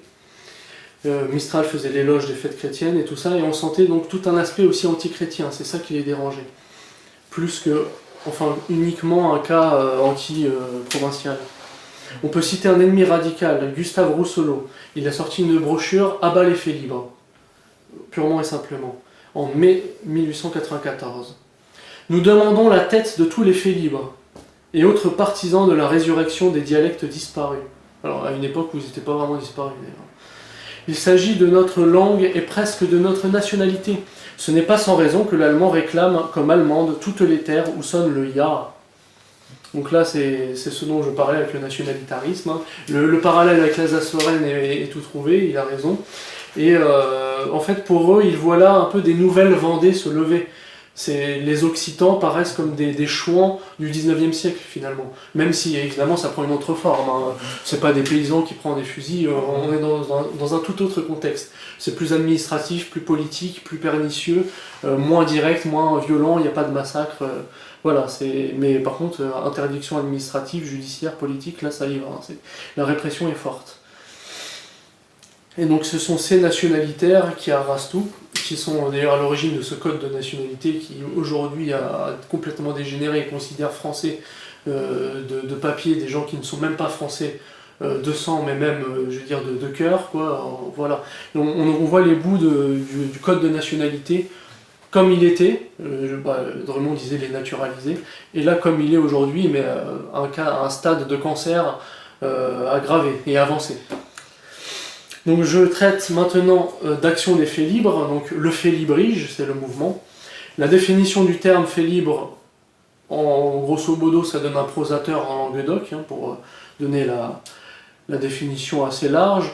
Il y a eu un débat sur l'origine, est-ce que ça vient du latin felibris, nourrisson de la muse, en référence à cette mère des arts en fait, ce qui est d'ailleurs une belle origine. Hein.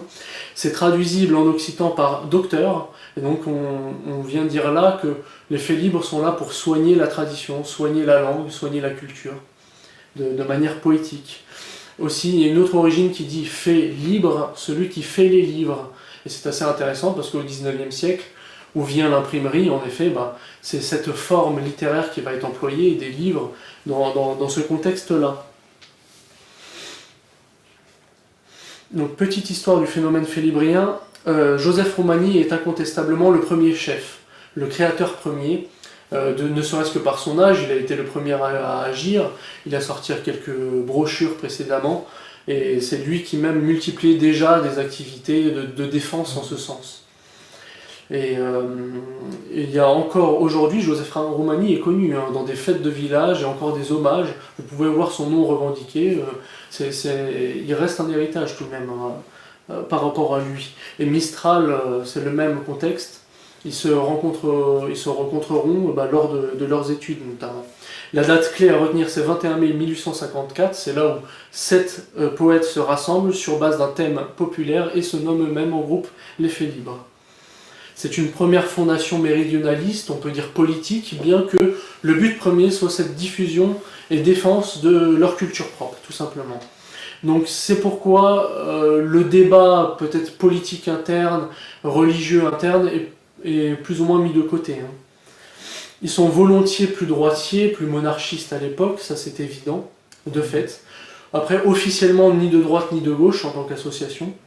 Et là aussi, aiment bien défendre les thèmes de tradition comme de progrès. Hein. Il y a toute une articulation, on y viendra. Il y a même quelques individualités qui peuvent être à l'époque plus ou moins républicanistes, plus ou moins séparatistes, peut-être marxisants, ça fait un petit peu tôt, quoi, que c'est la période, mais même quelques francs-maçons, il peut y avoir. C'est à titre d'individualité, on ne sait pas. Hein. Il y a quelques noms, Alcide Dussolier par exemple. Au début, effet libre, strictement seul, en cadre interne, il faut être coopté, il faut avoir une certaine influence, montrer qu'on établit quelques brochures. C'était assez étroit au début. Aujourd'hui, on peut l'utiliser un peu de manière générale. Du temps du fait librige, c'était pas tout à fait ça. Cette même année, l'Almanach provençal est lancé, Almanach Provençal. C'est une revue accompagnée de la formule pour le bel an de Dieu, placée sous la protection de Sainte Estelle. Donc Frédéric Mistral nous fera connaître d'ailleurs, puisque c'est une sainte locale de chez lui, et qui maintenant est restée très connue. Et en termes de classe sociale, on ne peut pas dire que le félibrige soit purement pauvre, purement paysan, purement classe moyenne, purement bourgeois, puisqu'il y a un mélange des trois qui s'y côtoient également.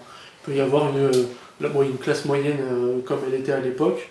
On peut dire Frédéric Mistral il en faisait partie, puisqu'il était d'une famille de paysans aisés. Voilà, c'est pas une classe catégorielle qui investit le lieu. Vous avez une petite généalogie du mouvement félibrige d'ailleurs, avec une succession.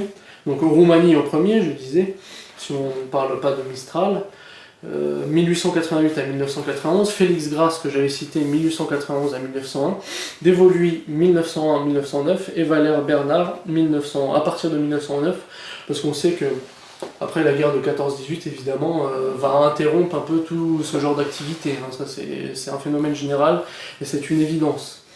Donc, un front commun est constitué. Après, ça n'empêche pas différentes tendances.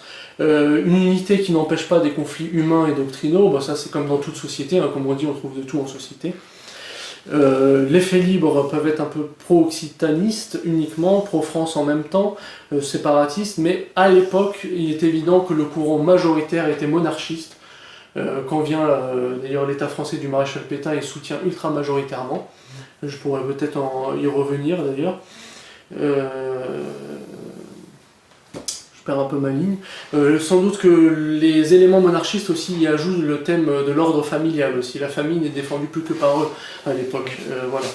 Mais ils sont ultra majoritaires. Il y a aussi un Félibrige Paris qui se constitue à l'époque. On se doute bien que là-bas, c'est plus proche des milieux littéraires, plus proche de la politique. Donc il y a certains radicaux, on dit des cigaliens, il y a plusieurs mouvements, et qui parfois peut entraîner une méfiance vis-à-vis des deux Félibriges entre guillemets. Donc il y en a même qui étaient pro-Gambetta, voilà, enfin il y avait des liaisons avec l'État parfois, hein, pour ceux qui étaient purement parisiens. Il y a tout un courant leplaisien aussi, très orthodoxe, très attaché à cette doctrine, en référence à Frédéric Leplay, donc c'est un philosophe français du 19e siècle, bien intéressant, très cadré. Il s'est converti tardivement au christianisme, mais même avant cela, il était comme un contre-révolutionnaire par la raison. Il arrivait aux mêmes conclusions de la contre-révolution chrétienne sans en faire partie de premier abord, quoi, en tout cas en premier temps. Dans sa revue Réforme sociale, donc, que connaissait les faits libres, que connaissait très bien Charles Maurras, en 1864 prévoyait déjà ces thèmes de régionalisation que défend le Félibrige. Donc on voit là tout un mouvement. C'est peut-être difficile d'établir là un truc monarchiste intégral et tout ça, cependant c'est le courant majoritaire, ce sont de bons Français comme il y avait à l'époque, quoi. Pour traiter un peu de liaison des clercs avec le Félibrige, pour voir si cela existait, c'était une réalité, il y a l'abbé Aubert qui se proclame lui-même aumônier du Félibrige, carrément. Il tient une revue Loup-Grand-Péou, qui a à la fois catholique, félibrige et monarchisme dedans. L'abbé Léonce Couture dans Revue de Gascogne en 1879, qui a soutenu précédemment Mireillot, donc il y a tous les antécédents. Hein. Il dit « Le Félibrige intéresse tous les pays de Languedoc. À ce titre, la Revue de Gascogne doit se reprocher d'en avoir à peine jusqu'ici prononcé le nom. » Ils obtiennent le soutien d'un évêque, même quelques évêques agissants. Hein. La Monseigneur Azera, gascon d'origine aussi, dans Lougo, de juillet 1898, il dit « Parlons français avec amour, avec orgueil, mes provinces de France. Avec non moins d'amour, parlez vos idiomes. Ce sont autant de perles et de bijoux que la France porte dans le monde. Vous, provençaux, parlant provençal, vous pensez en français, vous agirez toujours en français, tout autant pour le moins que les Français de Normandie et de Picardie. Des prêches en occitan se sont faits, côté, pour le coup clair, Monseigneur Mazenod, futur évêque de Marseille, anime diverses missions en usant de la prédication occitane. Vous imaginez des prêches, des sermons dans la langue, je veux dire, de dérivés dialectal occitan en particulier. En 1830, ça fait même réagir le maire libéral et maçon de la ville de Marseille, hein, Régnier, qui dénonce là, je cite, oui, il dit que ça apporte dans le peuple une diffusion de nuages du fanatisme et l'ignorance dont une révolution glorieuse est nécessaire, nous a délivrés pour toujours. Là, on sent bien le discours. À quoi fait-il référence? 1789. C'est un discours maçonnique assez classique, j'allais dire. Hein. La Révolution nous a délivrés de ceci, cela, hein, l'aristocratie, la monarchie, la religion et tout ça. De toutes les attaches hein, qui seraient oppressives et tout ça. Donc dans ce discours, on a l'impression d'entendre un Jean-Luc Al-Andalousi Mélenchon, hein, et vraiment un lien entre les deux, là. Jawad Mélenchon, imam de la République des Lumières, par excellence, n'est-ce pas? Il excelle dans le domaine, hein, 1789 quand tu nous tiens. Et en prêche occitan, vous avez en milieu clerc et même royaliste. Vous avez Gabriel Perrier, pour le 6e congrès de la jeunesse royaliste de France, 1899. Il présente une brochure titrée « Rapport sur l'utilité d'employer la langue provençale et les idiomes populaires dans les réunions royalistes ». vous avez un livre au risque de Babel, le texte religieux occitan de 1600 à 1850 par exemple, qui va retracer ce genre de choses comme d'autres, hein. Mais vraiment par rapport à la langue et à son utilisation. Je vous donne deux exemples de faits libres, un propos pour le coup anti-maçonnique et un autre pour le coup anti-judaïque. Abbé Humbert, l'Urampeu, donc revue que j'ai déjà nommée, de mai 1907, il s'exprime en patois à la base, hein, là je vous le livre en français. Ce ne sont pas les Français qui gouvernent les Français, leurs frères et leurs égaux. Ce sont des francs-maçons tyranniques et sectaires qui cherchent à étouffer les vieilles qualités de la race pour élever sur les ruines de la foi chrétienne, idéale et consolante, le temple de la raison, pour le culte de la chair, toute nue, et le triomphe des passions bestiales. Là, on est en plein dedans, les perversions des mœurs la plus totale et tout. Il l'avait prévu déjà à l'époque, alors qu'est-ce qu'il dirait aujourd'hui, hein? Si nous avions gardé franchement notre langue, nos traditions et la force qui vient à un peuple de la religion qui maintient son patriotisme, nous pourrions espérer faire revivre l'empire du soleil, là il se transforme en mistralien, celui des rêves de Mistral et de tout le Félibrige. Un exemple anti-judaïque, Bénézé Bruno, qui publie en pleine affaire Dreyfus, c'est dire si c'est conflictuel, 1898, je cite en occitan d'abord, la Magnanzo Iusiolo. La vermine juive, ça veut dire. Il dit dedans, la République née dans la commune périra aux toilettes. C'est un texte romancier qui raconte toute une histoire en occitan et de manière imagée nous fait comprendre certaines choses. Une famille de jardiniers qui travaillant son champ laisse y rentrer une famille juive qui vient le travailler à sa place, à l'investir de manière parasitaire. Des graines poussent et les diffusent dans tout le peuple d'Oc et ça provoque des démangeaisons. Voilà la petite histoire, hein. Désolé, peut-être que vous aurez voulu vous procurer la brochure. Je vous ai un petit peu détruit le scénario, désolé. Cet homme qui a publié cette brochure était actif dans le milieu, il avait participé à l'enquête sur la monarchie de Charles Maurras, hein, donc c'est à peu près le même milieu, hein. Il se présente à Montpellier, je crois, oui c'était, lors des élections de 1910, sous une manière en occitan, en français ça donne « Je suis royaliste, je suis fait libre et je suis avant tout catholique ». Donc là, vous avez les trois aspects. Boum.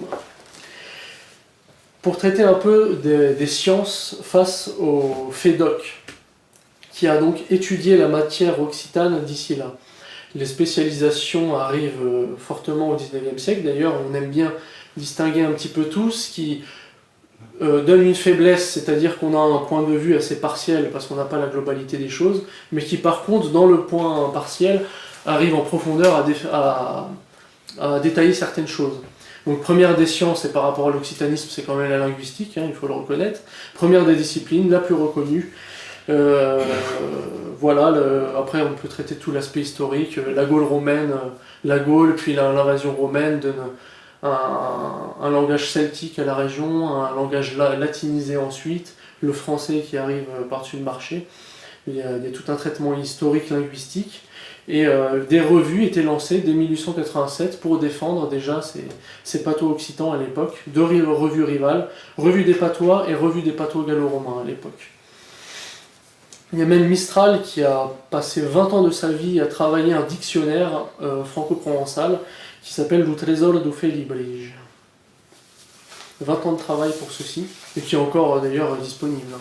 Dans la linguistique, j'avais une source, bon, ça remonte un peu, 1965, je ne sais pas ce qu'il en est aujourd'hui, mais on pouvait répertorier à 12 millions le nombre d'hommes qui avaient au moins une connaissance partielle d'une variante de l'occitan. Et c'était la première réaction par rapport à tous les dialectes de France, quoi. L'occitanisme était le plus gros morceau, disons. Il est amusant de voir là aussi des petites frontières géographiques naturelles, c'est que quand vous connaissez deux villages parfois qui sont séparés par une rivière, sauf le cas d'un pont qui est construit, entre-temps, vous avez deux dialectes qui sont bien différents.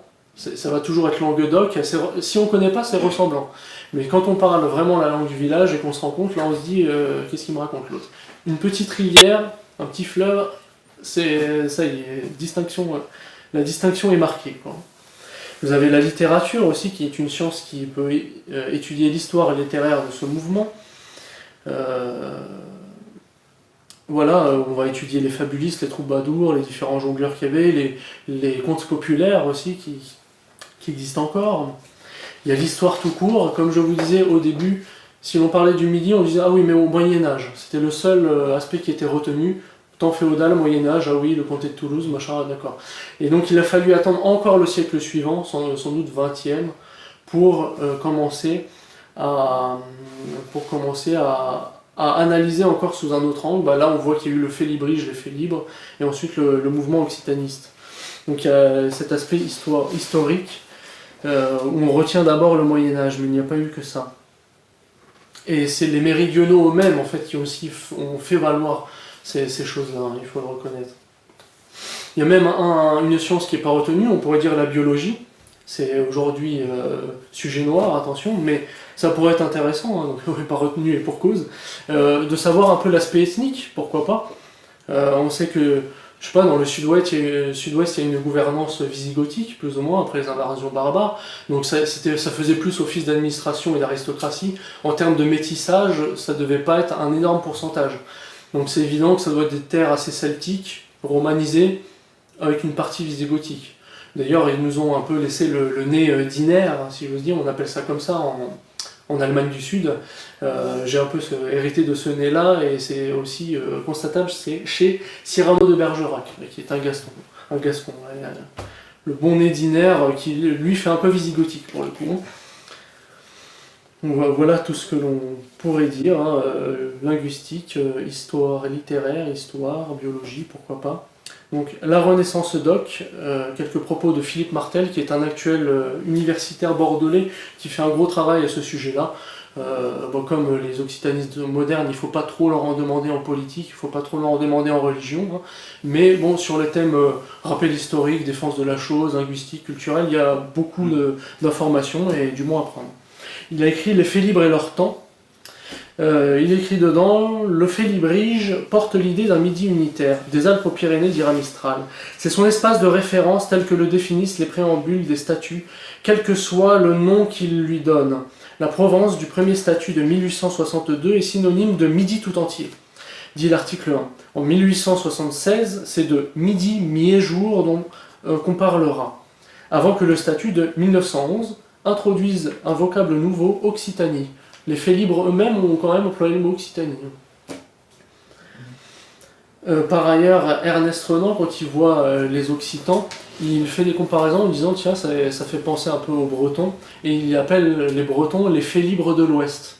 Voilà, on pourrait dire les nouveaux Occitans sont des espèces de chouans modernes, inversement, les Bretons, il y a des Félibres de l'Ouest. C'est là aussi, comme avec les nations particularisées, on voit que la particularisation d'une province n'empêche pas que cette chose soit universellement applicable. Comment dire, j'aime ma province, toi tu aimes ta province, ce n'est pas la même.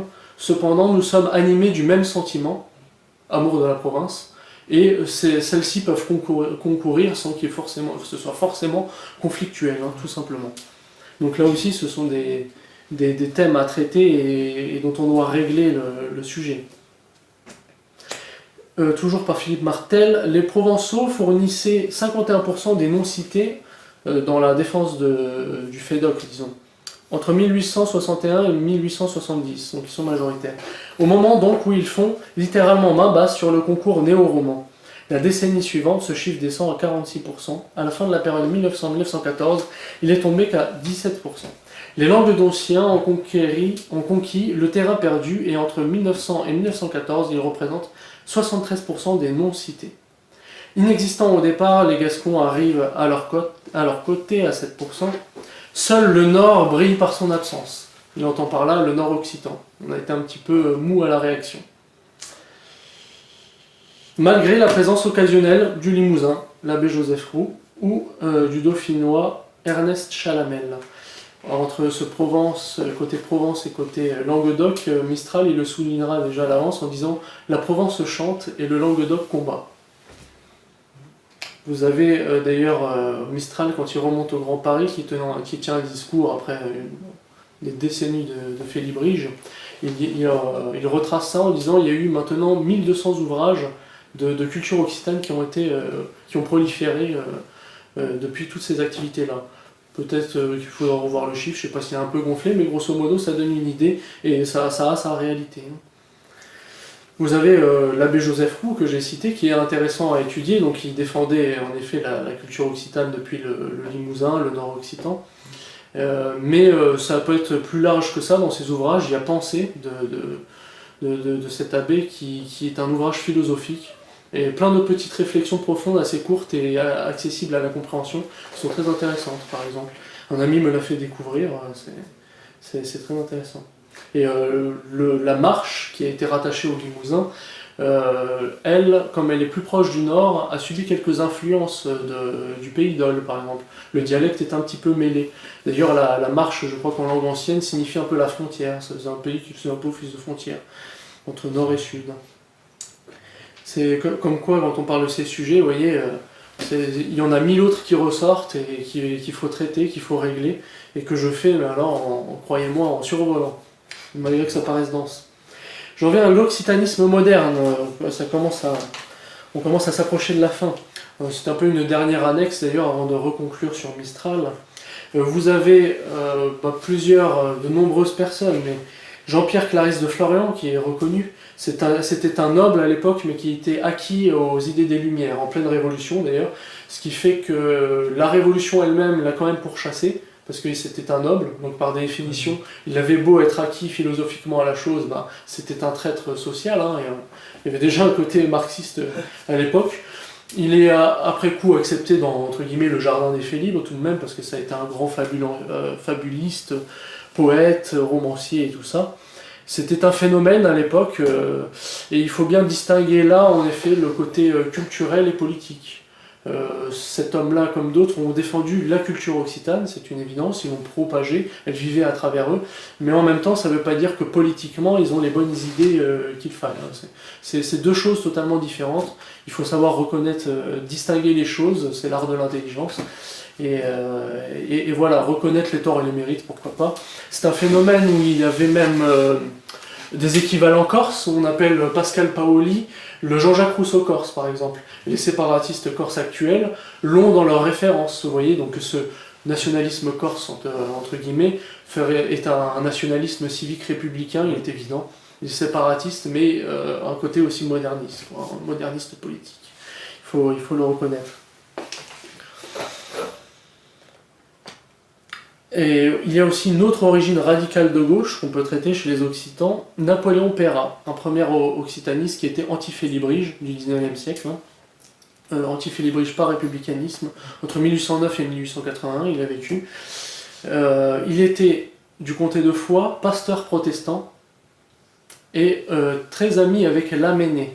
Lamennais, grand-père du modernisme de l'époque, qui vantait une église libre au sein de l'église, ça veut dire le Vatican et l'église romaine en fait, mais cette église libre en fait c'était un modernisme parasitaire qui s'infiltrait, et c'est ce modernisme qui aujourd'hui a culminé à Rome même avec le Vatican II en fait, ce qui pose une sérieuse question de la légitimité de ses occupants, puisque de la foi catholique on passe à la foi moderniste, ce n'est plus la même chose, c'est contradictoire, c'est opposé, c'est précédemment condamné d'ailleurs.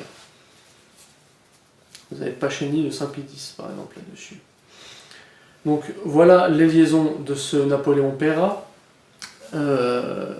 qui est cité par Pierre Lavelle dans Occitanie, histoire politique et culturelle, une histoire des Occitans de nos origines à nos jours. Il dit son histoire des Albigeois, donc il parle aussi en même temps de Napoléon Peyrat, lui valut le surnom de Michelet du Midi, entre 1870 et 1872. L'Église catholique est dénoncée comme la louve romaine, la bête théocratique, les évêques des vautours déplumés. La France nouvelle, c'est-à-dire issue de la Révolution, est parfaitement d'accord avec l'ancienne Aquitaine. Ça, c'était un de ses délires. Ce n'est pas l'Aquitaine qui s'est retournée, c'est la France. Il ira dire en fait que la Révolution de 1789 est une victoire du Midi contre le Nord. Ça serait notre esprit qui perdure là-bas. On se tape la tête contre le carreau, on ne sait pas trop ce que ça veut dire. Il était d'ailleurs un peu foufou, je ne vais pas traiter là, mais c'était un mythologiste aussi. Il y avait tout un délire là-dessus. Anti-catholique, anti-croisade, anti-France. Je veux dire par définition, pro-séparatisme 1789. Et voilà, et puis en plus des thèmes qui sont pré-marxisants, j'allais dire, parce qu'il y avait l'omniprésence de la patrie romane oppressée, vous voyez. Ça rappelle là un peu les décolonisations marxistes de l'Afrique, quoi. Hein. L'indépendantisme parce qu'il y a un État qui oppresse au-dessus. On retrouve les mêmes thèmes qui, pour le coup, là, on est fait gagner. Hein. Et distille cet esprit-là. L'auteur du livre que j'ai cité, Pierre Lavelle, bon là aussi c'est un occitaniste moderne, donc il y a toujours à prendre et à laisser. Hein. C'est d'ailleurs, quand je disais, ils acceptent l'héritage des hérésies chrétiennes, entre guillemets, et lui il en fait partie. Hein. Et alors l'héritage catholique, ils aiment bien l'amoindrir. Hein. Il peut y avoir 200 abbayes, non, ça n'a pas pris. C'est vraiment rien. Quoi. Et en plus un éloge très moderniste, enfin très moderniste, pas au sens religieux, hein, mais très contemporain, où ils veulent dire vendre le monde occitan comme non misogyne. Hein. On est très féministe, attention, il y a Léonard d'Aquitaine et tout ça. Je sais pas, le troubadour qui chante des poésies à la femme, les féministes d'aujourd'hui voient ça comme la misogynie. Hein, donc franchement, là, je sais pas ce qu'ils veulent dire par là. Hein. Donc voilà, c'est... Et comme quoi, c'est un peu plus complexe de dire fait libre très à droite et occitan très à gauche, même si ça a tout de même sa certaine réalité dans l'évolution dans le temps, hein, j'ai envie de dire, on peut trouver un occitan national-socialiste. C'est peut-être un peu exagéré de le qualifier ainsi, mais c'est quand même pas faux. Louis Alibert, je crois que c'est son deuxième prénom d'ailleurs, 1884 à 1959, c'est là où il a agi. Il lisait Maurice Barrès, il a adhéré à l'Action française, il a adhéré aux Ligues, hein, c'est tout ce milieu-là. Il était actif niveau publication à partir des années 20, viré de la section de Montréal de la Légion française des combattants pour en faire une milice pure. Et d'ailleurs, à l'avance, parce que ça voulait un peu pour faire une milice française, mais qui n'existait pas encore. C'est ce que fera l'État français du maréchal Pétain. Adhérent au groupe Collaboration de Alphonse de Chateaubriand, donc voilà, là il a marqué le pas. Hein. Et en fait, dans le numéro spécial des Cahiers du Sud, intitulé Le Génidoc et l'homme méditerranéen, paru en février 1943, donc dans une bonne date, il fait part de ses espoirs d'une politique favorable aux langues régionales de la Révolution nationale, donc du maréchal Pétain.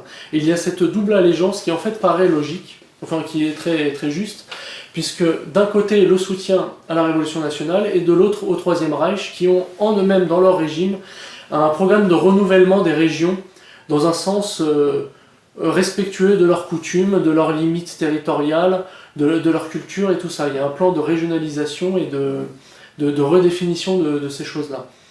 Ce thème est encore présent de nos jours, hein, d'ailleurs, et qui concerne également les frontières africaines qui ont été tracées par la République, qui ne correspondent pas aux ethnies et tout ça. Donc tous ces sujets-là perdurent et étaient déjà présents à l'époque et nous concernent là, pour le coup directement. Donc rétablir ces frontières dans une juste acception. C'est ça qui était des dérivés dialectaux. Et tout ça. Il a été jugé par les gaulo-communistes, hein, entre 1944 et 1945, pendant 5 ans de prison, condamné avec sa femme, qui était elle aussi accusée d'être agissante, à l'indignité nationale à vie, ce qui est assez le comble, hein, une république cosmopolite qui vous dit que vous êtes l'indignité nationale. C'est assez fort en café, là aussi. Il était interdit de participer à l'Institut d'études occitanes, IEO, contemporain, qui a été fondé après 1945, donc avec toutes les influences que ça comprend, hein, et qui pourtant se fonde sur son travail, puisqu'il avait déjà établi des sociétés occitanes qui précédaient la chose et qui a donné naissance à ce qui a suivi, en fait. Donc il est l'un des premiers agissants dont il n'a pas le droit de récolter les fruits, en fait. Il a été même secrétariat dans le secrétariat de ces sociétés et tout ça. Alors j'en viens à un autre thème qui est le Parti nationaliste occitan, le PNO. PNO qui avait une origine bien différente au début. Donc François Fontan, au début, qui est le fondateur, qui était un ethniciste, donc lui aussi pareil, rétablir les frontières dans les justes acceptions. Il a été accusé de fasciste par ses opposants parce qu'il est après-guerre et qu'il était dans des normes plus naturelles politiquement. Il traitait même dans ses ouvrages des ethnies africaines, donc là je reviens au sujet, hein, il avait même traité en détail de comment on pourrait les retracer par rapport à l'empire colonial qui n'avait peut-être pas été encore bradé d'ailleurs à l'époque, hein, par ce même De Gaulle. Donc PNO, Au début, il a une bonne origine, comme je dis, il est fondé en 1959. Aujourd'hui, ils ont trahi beaucoup de points. Donc 1997, on faisait référence à ça. Plus d'opposition à ce qui est pan-européen, à l'Union européenne, c'est fini. Les autres sujets n'ont pas tardé à suivre, c'est-à-dire l'anti-immigration. L'anti-immigration assez violente. À l'époque, on était dans un contexte d'ailleurs un peu plus différencié entre le Nord et le Sud, donc ils avaient envie de virer les nordistes, mais encore plus, il faut le dire, les immigrés extra-européens, ça c'est évident entre les deux. Voilà, donc ça c'était l'origine du PNO, le début, les premières décennies, qui pouvaient déjà peut-être être multiples, mais qui maintenant ont subi les mêmes évolutions, de dédiabolisation, un peu à la Marine Le Pen, hein, on peut faire un parallèle. Le nom lui-même a été changé, ils ont gardé PNO, mais ça donne partie de la nation occitane. Ils ont bien senti que le terme de parti nationaliste, le mot nationalisme, ça sentait déjà un petit peu trop la chambre à gaz, voilà, il fallait modifier quelques petits mots, pourtant c'est quasiment la même chose, hein. Mais voilà, et puis le côté, lors des attentats Charlie, ils nous avaient sorti toutes les banderoles, je suis Charlie en occitan, et tout ça, enfin bref, voilà, ils sont totalement dans le courant, opposés, attention, au nordicisme de l'État français, mais je suis Charlie comme l'État français au moment où il le faut, quoi. Enfin bon, il y a un côté, c'est assez fort, quoi. Et au XXIe siècle, à l'aube du 3e millénaire, ce qui est assez fort, c'est qu'il pourrait presque être étiqueté racisme anti-français, en référence au Nord, hein. Ils détestent les Français du Nord, je veux dire, dans les mouvements occitano-gauchistes, ça existe, hein. Ils disent, ouais, non, ils nous ont oppressés, tout ça. Et de l'autre côté, ils sont pro-arabes, par contre. Il dit, et en faisant référence, temps médiévaux, où, ah oui, on cohabitait, c'était plutôt bien, et tout ça. D'ailleurs, ça n'a rien à voir, parce que le cosmopolitisme métisseur actuel n'avait rien à voir à l'époque. Il est évident que ces communautés étaient même séparés, quelle que soit la domination, quelles que soient les guerres, ça n'avait rien à voir dans le contexte d'époque, hein, je veux dire. Donc jouer là-dessus, c'est déjà faire de l'anachronisme sur certains points, et puis c'est quand même assez fort, quoi, anti-français et pro-arabe. Ils sont cosmopolites, il n'y a pas à dire. Je pense que je traiterai un peu même de l'évolution globale, parce que... Donc voilà, ils sont cosmopolites et ils s'excusent de leur passé nazi, hein, ça c'est sûr, nazi pour faire simple, hein, parce que... et ce qui est sûr, d'ailleurs, même j'avais déjà vu dans ce milieu, ils essayaient d'apprendre un peu à des Africains le dialecte occitan et tout ça, les faire travailler. Alors Shabbat d'entrada, tu vois, bienvenue quand quelqu'un arrive et tout ça. Et ça c'est assez fort parce que, je veux dire, on ne défendra pas l'occitan avec des wolofs, qui est un dialecte sénégalais. Et inversement, hein, je veux dire, on ne va pas défendre le wolof avec des occitans. C'est une chose évidente. La linguistique vit au travers d'un peuple, c'est pas quelque chose de déconnecté comme ça, tiens, il y a une langue. On peut s'y intéresser de l'extérieur, mais c'est incarné tout de même. Et également, si on peut traiter des Africains, ils peuvent être francophiles, ils peuvent être francophones. Est-ce que pour autant ils sont français de sang? C'est trois choses différentes, hein. On peut aimer la France, ça ne veut pas dire qu'on est français de souche, on peut parler le français, c'est pareil. Et même là, le français à l'écrit est le même, mais avec leur accent oral, ça change pas mal, hein, aussi. Donc voilà, on peut établir de nombre de distinctions. Les cosmopolites abusent là-dessus. Et les occitans gauchistes tapent où ça fait mal, en effet, en dénonçant Louis Alibert, parce que c'est eux qui ont créé la polémique, François Fontan, le fasciste et tout ça. Ça c'est évident, hein, et comme ils savent faire d'ailleurs, ils sont très agressifs, ils attaquent, ils boxent en dessous de la ceinture, et vous, qu'est-ce que vous faites? Soit vous êtes à genoux, vous protégez un petit peu ce qui vous reste, soit vous vous excusez, et si vous vous excusez, qu'est-ce qui se passe? Vous faites 15 pas en arrière, vous avez déjà perdu. Non, donc il est évident qu'il ne faut surtout pas s'excuser, il faut assumer le fait, sans, je veux dire, de manière primaire ou débile, mais bien cadrée. Je ne désespère pas de les récupérer, certains des occitans, parce qu'il y a tout de même une certaine schizophrénie, il faut bien le dire, à être à la fois identitaire et gauchiste, hein, il faut le reconnaître, ça c'est une évidence. C'est comment on dit voilà, hein, c'est des doubles visions, là, la lunette Matrix, il est matrixé, on dirait, c'est un identitaire gauchiste et matrixé. Il a changé de planète, il est sur Mars avec Jacques Cheminade, voilà, on pourrait dire ça comme ça. Il est évident qu'une identité collective est partagée, et eux, ils doivent revenir à leur source, parce que là, c'est d'une telle incohérence qu'on marche sur la tête, les bras m'en tombent. L'occitanisme succède au félibrige, il est plus développé, ça c'est vrai, il est plus politisé d'ailleurs, après coup. On peut reconnaître ces évolutions qui, pour le coup, c'est pas plus mal. Cependant, après 45, il va subir toutes les évolutions, les mêmes évolutions que le reste de la société, hein, il faut le dire. Donc c'est une évidence que même mai 68, même Vatican II des années 60, tout ça va emporter tout le reste. Il ne faut pas s'étonner si d'un seul coup vous avez des espèces d'occitans marxistes conciliaires. Hein. C'est, je veux dire, en partie la faute à la sociologie. Et à la faute à la schizophrénie aussi, peut-être. Ça c'est sûr. Et aussi également, d'un côté le pôle états-unien, d'un côté le pôle soviétique, enfin, tout ça intervient là-dedans. La guerre d'Espagne, ça peut être un élément.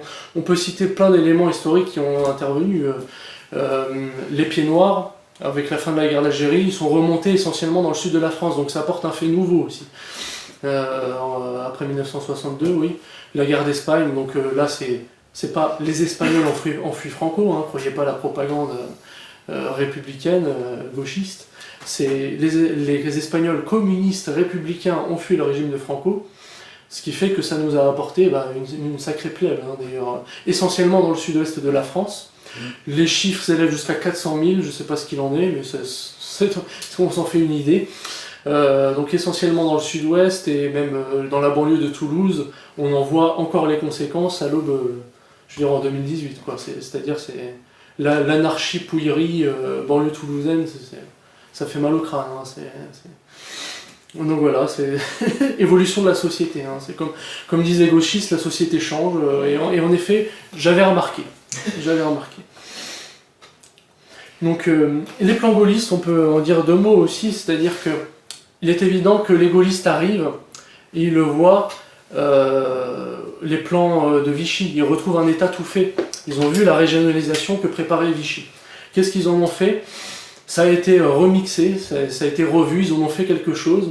Ça a été en fait essentiellement centré sur les thèmes économiques, comme le font très bien les libéraux et les marxistes.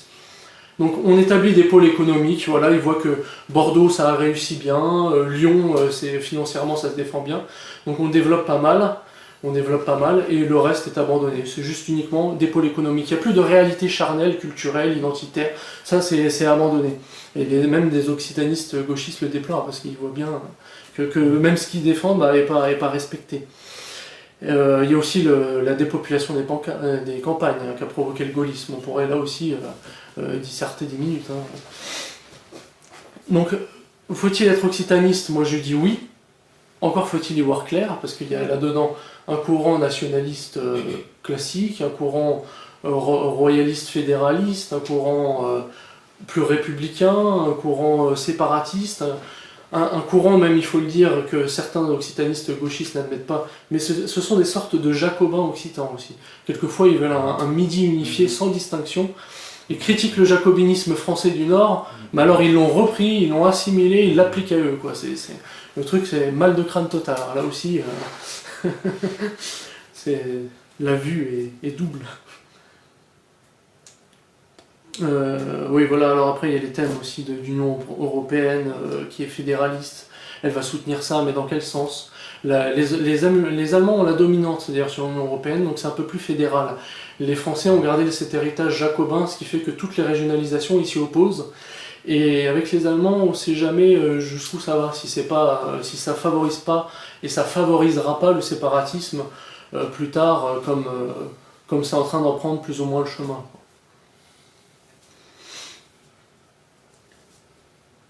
Donc je conclus avec l'hommage à Mistral, pour terminer là-dessus.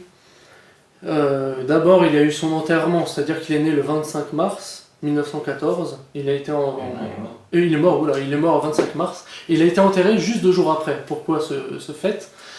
La famille et les cercles d'amis royalistes qui étaient autour ne voulaient pas que la gueuse s'en charge. On est dans un autre contexte où la République tout de même s'intéressait à ce genre de choses. Raymond Poincaré, ancien président de la République, a rencontré Frédéric Mistral, il l'admirait. Voilà, il y a toutes ces choses-là. Ce qui fait que s'ils avaient attendu, il est très probable qu'il y aurait eu un hommage républicain officiel, étatique de Frédéric Mistral. Voilà. Ça n'avait pas été voulu, ils l'ont fait rapidement entre eux. Dans l'opinion commune, Mistral restera l'icône numéro 1, incontesté, incontestable, irremplacé, irremplaçable. Et c'est ce qui est bien dommage d'ailleurs pour la suite. Sar Joséphin Péladan, 1910 en avril, fera d'ailleurs une boutade qui n'en est pas vraiment une. Mistral plus Mistral égale Félibrige, Mistral moins Mistral égale 0. Il ajoute SAC net. Et c'est vrai que c'est ce qui manque, c'est un Mistral 2.0 après tout. On n'en a jamais eu, on l'attend toujours. Et sous l'état français du maréchal Pétain, il y eut un hommage à cette étoile des faits libres, selon l'expression consacrée, qui pour le coup n'est pas une étoile de David, alors on s'en contentera, hein, c'est assez rare aujourd'hui. Dans la commémoration du 110e anniversaire de la naissance de Mistral, le 8 septembre 1940, maréchal Philippe Pétain, il leur transmet un message qui est diffusé à l'occasion de la commémoration. L'évocateur sublime de la France nouvelle que nous voulons restaurer, en parlant de Mistral, il est l'évocateur sublime de la France que nous voulons restaurer, en même temps que de la France traditionnelle que nous voulons redresser. Puisse notre Renaissance française trouver en Mistral son guide et son maître, son animateur et son inspirateur. Maurras y ajoute, à cette commémoration, un des résultats tangibles de l'apostolat mistralien fait la part immense qu'il a prise à la naissance du nationalisme français. Un des théoriciens du nationalisme qui vous dit ça. Pour vous intéresser à d'autres sources, puisque cette conférence est concise, comme je vous le disais, vous avez tous ceux qui sont cités au fur et à mesure des déclarations. Vous avez La France des minorités de Paul Ceran, c'est un auteur d'après-guerre, il est peut-être plus revendiqué par la nouvelle droite aujourd'hui, mais il est très intéressant, il a traité par minorité, il faut entendre ces minorités régionales qui revendiquent leur droit à l'existence et tout ça, comment on articule ça, lesquelles sont-elles et tout ça, qui est un très bon ouvrage. Donc vous avez celui-ci. Celui-ci est tout récent. Donc là aussi, je vous dis, il ne faut pas prendre ça pour un truc politique traditionnel comme on aime, mais il y a pas mal de documents, c'est riche en informations. Petite histoire de l'Occitanie de Jean Sagne. Il traite oui, aussi du fait qu'aujourd'hui, une nation s'appelle Occitanie. Et c'est vrai que ça perturbe un peu le débat, parce que c'est une région administrative. Or, si on parle d'Occitanie en sens culturel, maintenant c'est beaucoup plus large. Il faut pas se tromper là-dessus. Voilà, après, c'est bien pour ces identités régionales qui ont été totalement oubliées, et c'est le grand oubli du XXIe siècle. Identité nationale, ça va, on sait que ça existe encore. Et là, ça a été un peu perdu, hormis quelques petits groupes royalistes un peu disséminés. Vous avez quelques articles de la Phalange Saint-Martial. Frédéric Mistral, chantre de l'identité provinciale, donc c'était issu de la même revue de Civitas que j'ai citée. On l'a mis en ligne, y compris un article de Fidélitaire, Mistral, poète à l'ombre de la croix, par Jacques Trémollet de Villiers. Vous avez ça en ligne, vous pouvez d'ailleurs même vous renseigner sur ce site, puisqu'il y a pas mal d'articles qui diffusent cette culture occitane et des thèmes politiques que j'ai d'ailleurs en partie traités, hein, vous pouvez les retrouver. Donc vous pouvez me suivre sur mon site à mon nom, Florian Rouanet. Je suis sur VContact, essentiellement en termes de réseau social. Les réseaux sociaux, les autres sont plus très intéressants et j'ai été quelque peu viré de Facebook et de Twitter pour des propos politiques à l'égard d'une certaine communauté, essentiellement, c'est vrai. Ce qui fait que l'adresse IP étant retracée, c'est un peu difficile de revenir. C'est un peu le viré de force, là. J'ai un courriel, rouanetflorian comme mon nom, @gmail.com. On peut toujours m'envoyer des choses. Je m'efforce de trouver le temps pour répondre, et des informations claires si vous en avez, ça m'intéresse toujours. Il y a une chaîne YouTube, même plusieurs, mais 2 à mon nom, sur lesquelles vous pouvez vous abonner. De toute manière, je diffuserai ça sur l'une d'entre elles. Donc merci à vous. Pais Nostre Forza Occitana. Avez-vous des questions ou des réflexions pour compléter? Ouais, tu disais sur le combat politique de Mistral, ça a surtout été littéraire, et transmettre l'héritage. Ouais, linguistique, d'enseigner cet héritage aussi, de le maintenir. Ça a été surtout ça, c'est vrai. C'est pour ça que je disais que les Occitans plus politisés lui reprochent d'être restés essentiellement dans un cadre comme ça. Maintenant, si on parle de ses convictions, bah, il faisait partie des provincialistes, monarchistes catholiques de l'époque. Hein. Mais c'était d'abord littéraire, culturel, linguistique, ça c'est sûr. Par rapport à Frédéric Mistral et l'effet libre de manière générale. Sinon, une petite anecdote, la première croisade a été prêchée par Urbain II à Clermont-Ferrand, c'est ça? Pas très loin d'ici. Oui, c'est vrai. Clairement, on Beauvaisis. Hein, Ouais, il faudrait répertorier les grandes dates de l'Occitanie. Et Saint-Bernard de Clairvaux est venu prêcher à Limoges. Voilà, Oui. aussi, qui est très connu. Et dans l'Occitanie, c'est assez marrant, là, ils aiment bien répertorier les hommes politiques qui étaient d'origine du Sud. Alors, quand ils parlent de Pierre Laval, les principales propos, c'est ah oui, Auvergnat, Auvergnat. C'est assez drôle. Bon, là, on avait Pierre Laval, apparemment. Et l'occitan était langue officielle ici, sous le régime Aliénor d'Aquitaine et la suite. La chancellerie de Winchester, ancienne capitale du Wessex, était divisée en plusieurs sections linguistiques, une en saxon, une en franco-normand, une en français angevin, et une autre en limousin et une autre en gascon. Oui, langue angevine, matrice de la langue française aussi, Oui. par sa littérature en bonne partie. Ce qui fait que la première charte municipale de Limogesville, en 1212, a été faite exclusivement en occitan et tamponnée à Winchester. Intéressant. Hein. Oui. La place de l'occitan dans le monde. Mais pendant la guerre de Cent Ans, toutes les fois que les dits anglais faisaient une reconquête des territoires du Sud, ils remettaient l'occitan en langue officielle. Quand c'était les troupes du roi de France, on remettait le français. D'ailleurs, un élément que j'avais oublié, les troubadours sont remontés jusqu'à la cour du roi, notamment par le mariage de Saint-Louis avec Marguerite de Provence. Oui, Saint-Louis parlait l'occitan, sa Ouais. femme le lui avait appris. Tout à fait, oui. Saint-Louis l'Occitan, enfin de langage. Il disait que l'occitan était une lingua d'or. Oui, la langue Oui, d'or, la langue d'or. ouais, tout à fait. Ouais. Et troubadours qui ont pu avoir une influence dans toute l'Europe aussi, d'ailleurs. C'était pas... Après, dans certaines zones françaises, la co-officialité ou l'officialité de l'occitan a perduré. Le dernier texte de niveau national prévoyant les procédures et les traductions en langage maternel et vulgaire du pays date de 1510. Démolition ensuite par l'édit de Villers-Cotterêts en 1539, qui ne parlait plus que de langage maternel françois. Intéressant. Pour rajouter des bons petits éléments. Ouais. Oui. Et il y a un thème, c'est que si on peut faire un empire fait de nations, comme a pu le faire un certain empire d'un certain chancelier d'une certaine race, on peut aussi également faire certaines strates, où il pourrait très bien y avoir, au sein même d'une même France, pourquoi pas, une administration occitane générale, et en son interne même, des structures propres à chaque région. Faut pas que ça devienne un truc surpayé avec 1000 hommes et tout ça, hein. On va pas faire les républicains au XXIe siècle là-dessus, mais voilà, là c'est la faiblesse de l'occitanisme, où on n'a pas une nation, un peuple, et il n'y a jamais eu cette réalité concrète. Et de même, l'occitan a été langue d'usage dans les États croisés, dans la comté d'Antioche. Avec Raymond, qui était l'oncle d'Aliénor d'Aquitaine, et leur visite lors de la croisade a débouché sur l'annulation du mariage. Je ne rentrerai pas plus avant dans les détails, surtout qu'il y a des divergences d'appréciation entre historiens et témoins de l'époque. C'est vrai que la pratique s'est perdue aussi, due à cette honte qui a été propagée, ce qui fait que nos grands-parents n'ont pas transmis la langue à nos parents, et ça s'est tellement perdu de nos jours que on peut comprendre qu'il y a une sorte de matrice, on essaye de faire une langue occitane assez généralisée. Les premières études sérieuses d'occitan à l'université ont été implantées à l'université de Berlin sur ordre de Bismarck. Juste avant que ce ne soit implanté à Chicago et à Varsovie, où ça existe toujours.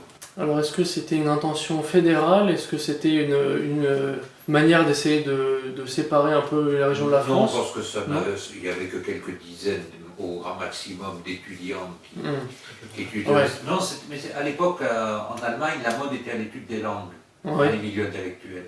Et l'étude, une vraie étude, voilà. Ça leur est resté d'ailleurs. Ils sont un peu plus fédéraux, comme je disais maintenant. D'autant plus qu'en 1871, il y avait encore quelques milliers d'occitanophones à Berlin, des survivants de la révocation de l'édit de Nantes et pendant au moins 2 siècles. Ils ont parlé l'occitan à Berlin couramment, ils l'ont maintenu. Il y a eu des rapports des services français au sujet de prisonniers de guerre en 1871 se promenant en Berlin et trouvant des Allemands qui parlaient occitan. Les Occitans de Berlin. On a du mal à l'imaginer. Ce sous-titre, ouais, c'est vrai, c'est un peu en plein pays germanique. Donc en 1871, il y avait encore des personnes d'une quarantaine d'années qui parlaient couramment l'occitan à Berlin. Ensuite, je ne sais pas comment ça a évolué. Il y en avait aussi à Varsovie, en Pologne. Oui, mais là, c'est exclusivement des universitaires. Ah, d'accord. Non, mais les autres, des locuteurs natifs d'occitan, ils étaient arrivés vers 1690 ou 1700 en ne parlant pas français. Bon, ils ont appris un peu l'allemand et puis ils ont continué à parler occitan pendant 2 siècles. La Troisième République ni la Cinquième est passée par là. Voilà. Ils n'ont pas mis la main dessus. Ils ont échappé.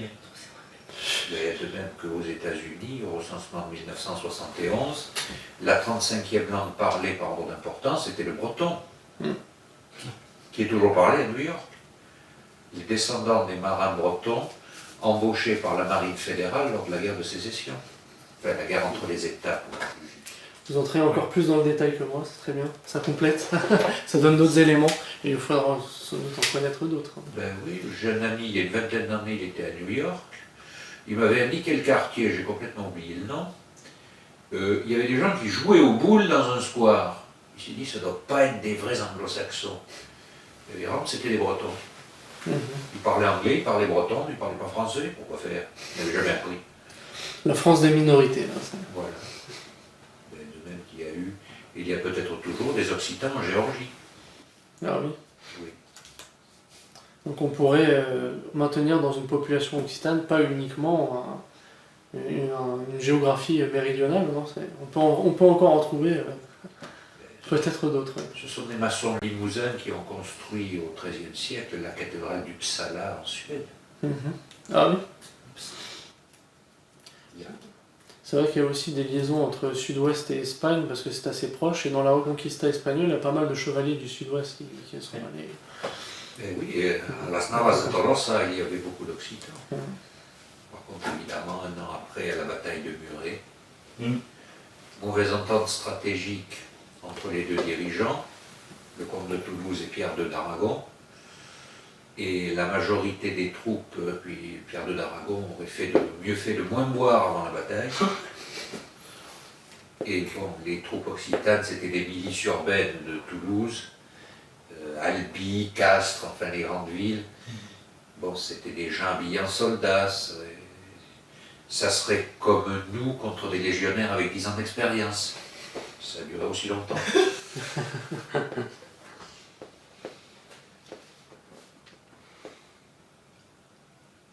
s'arrête là.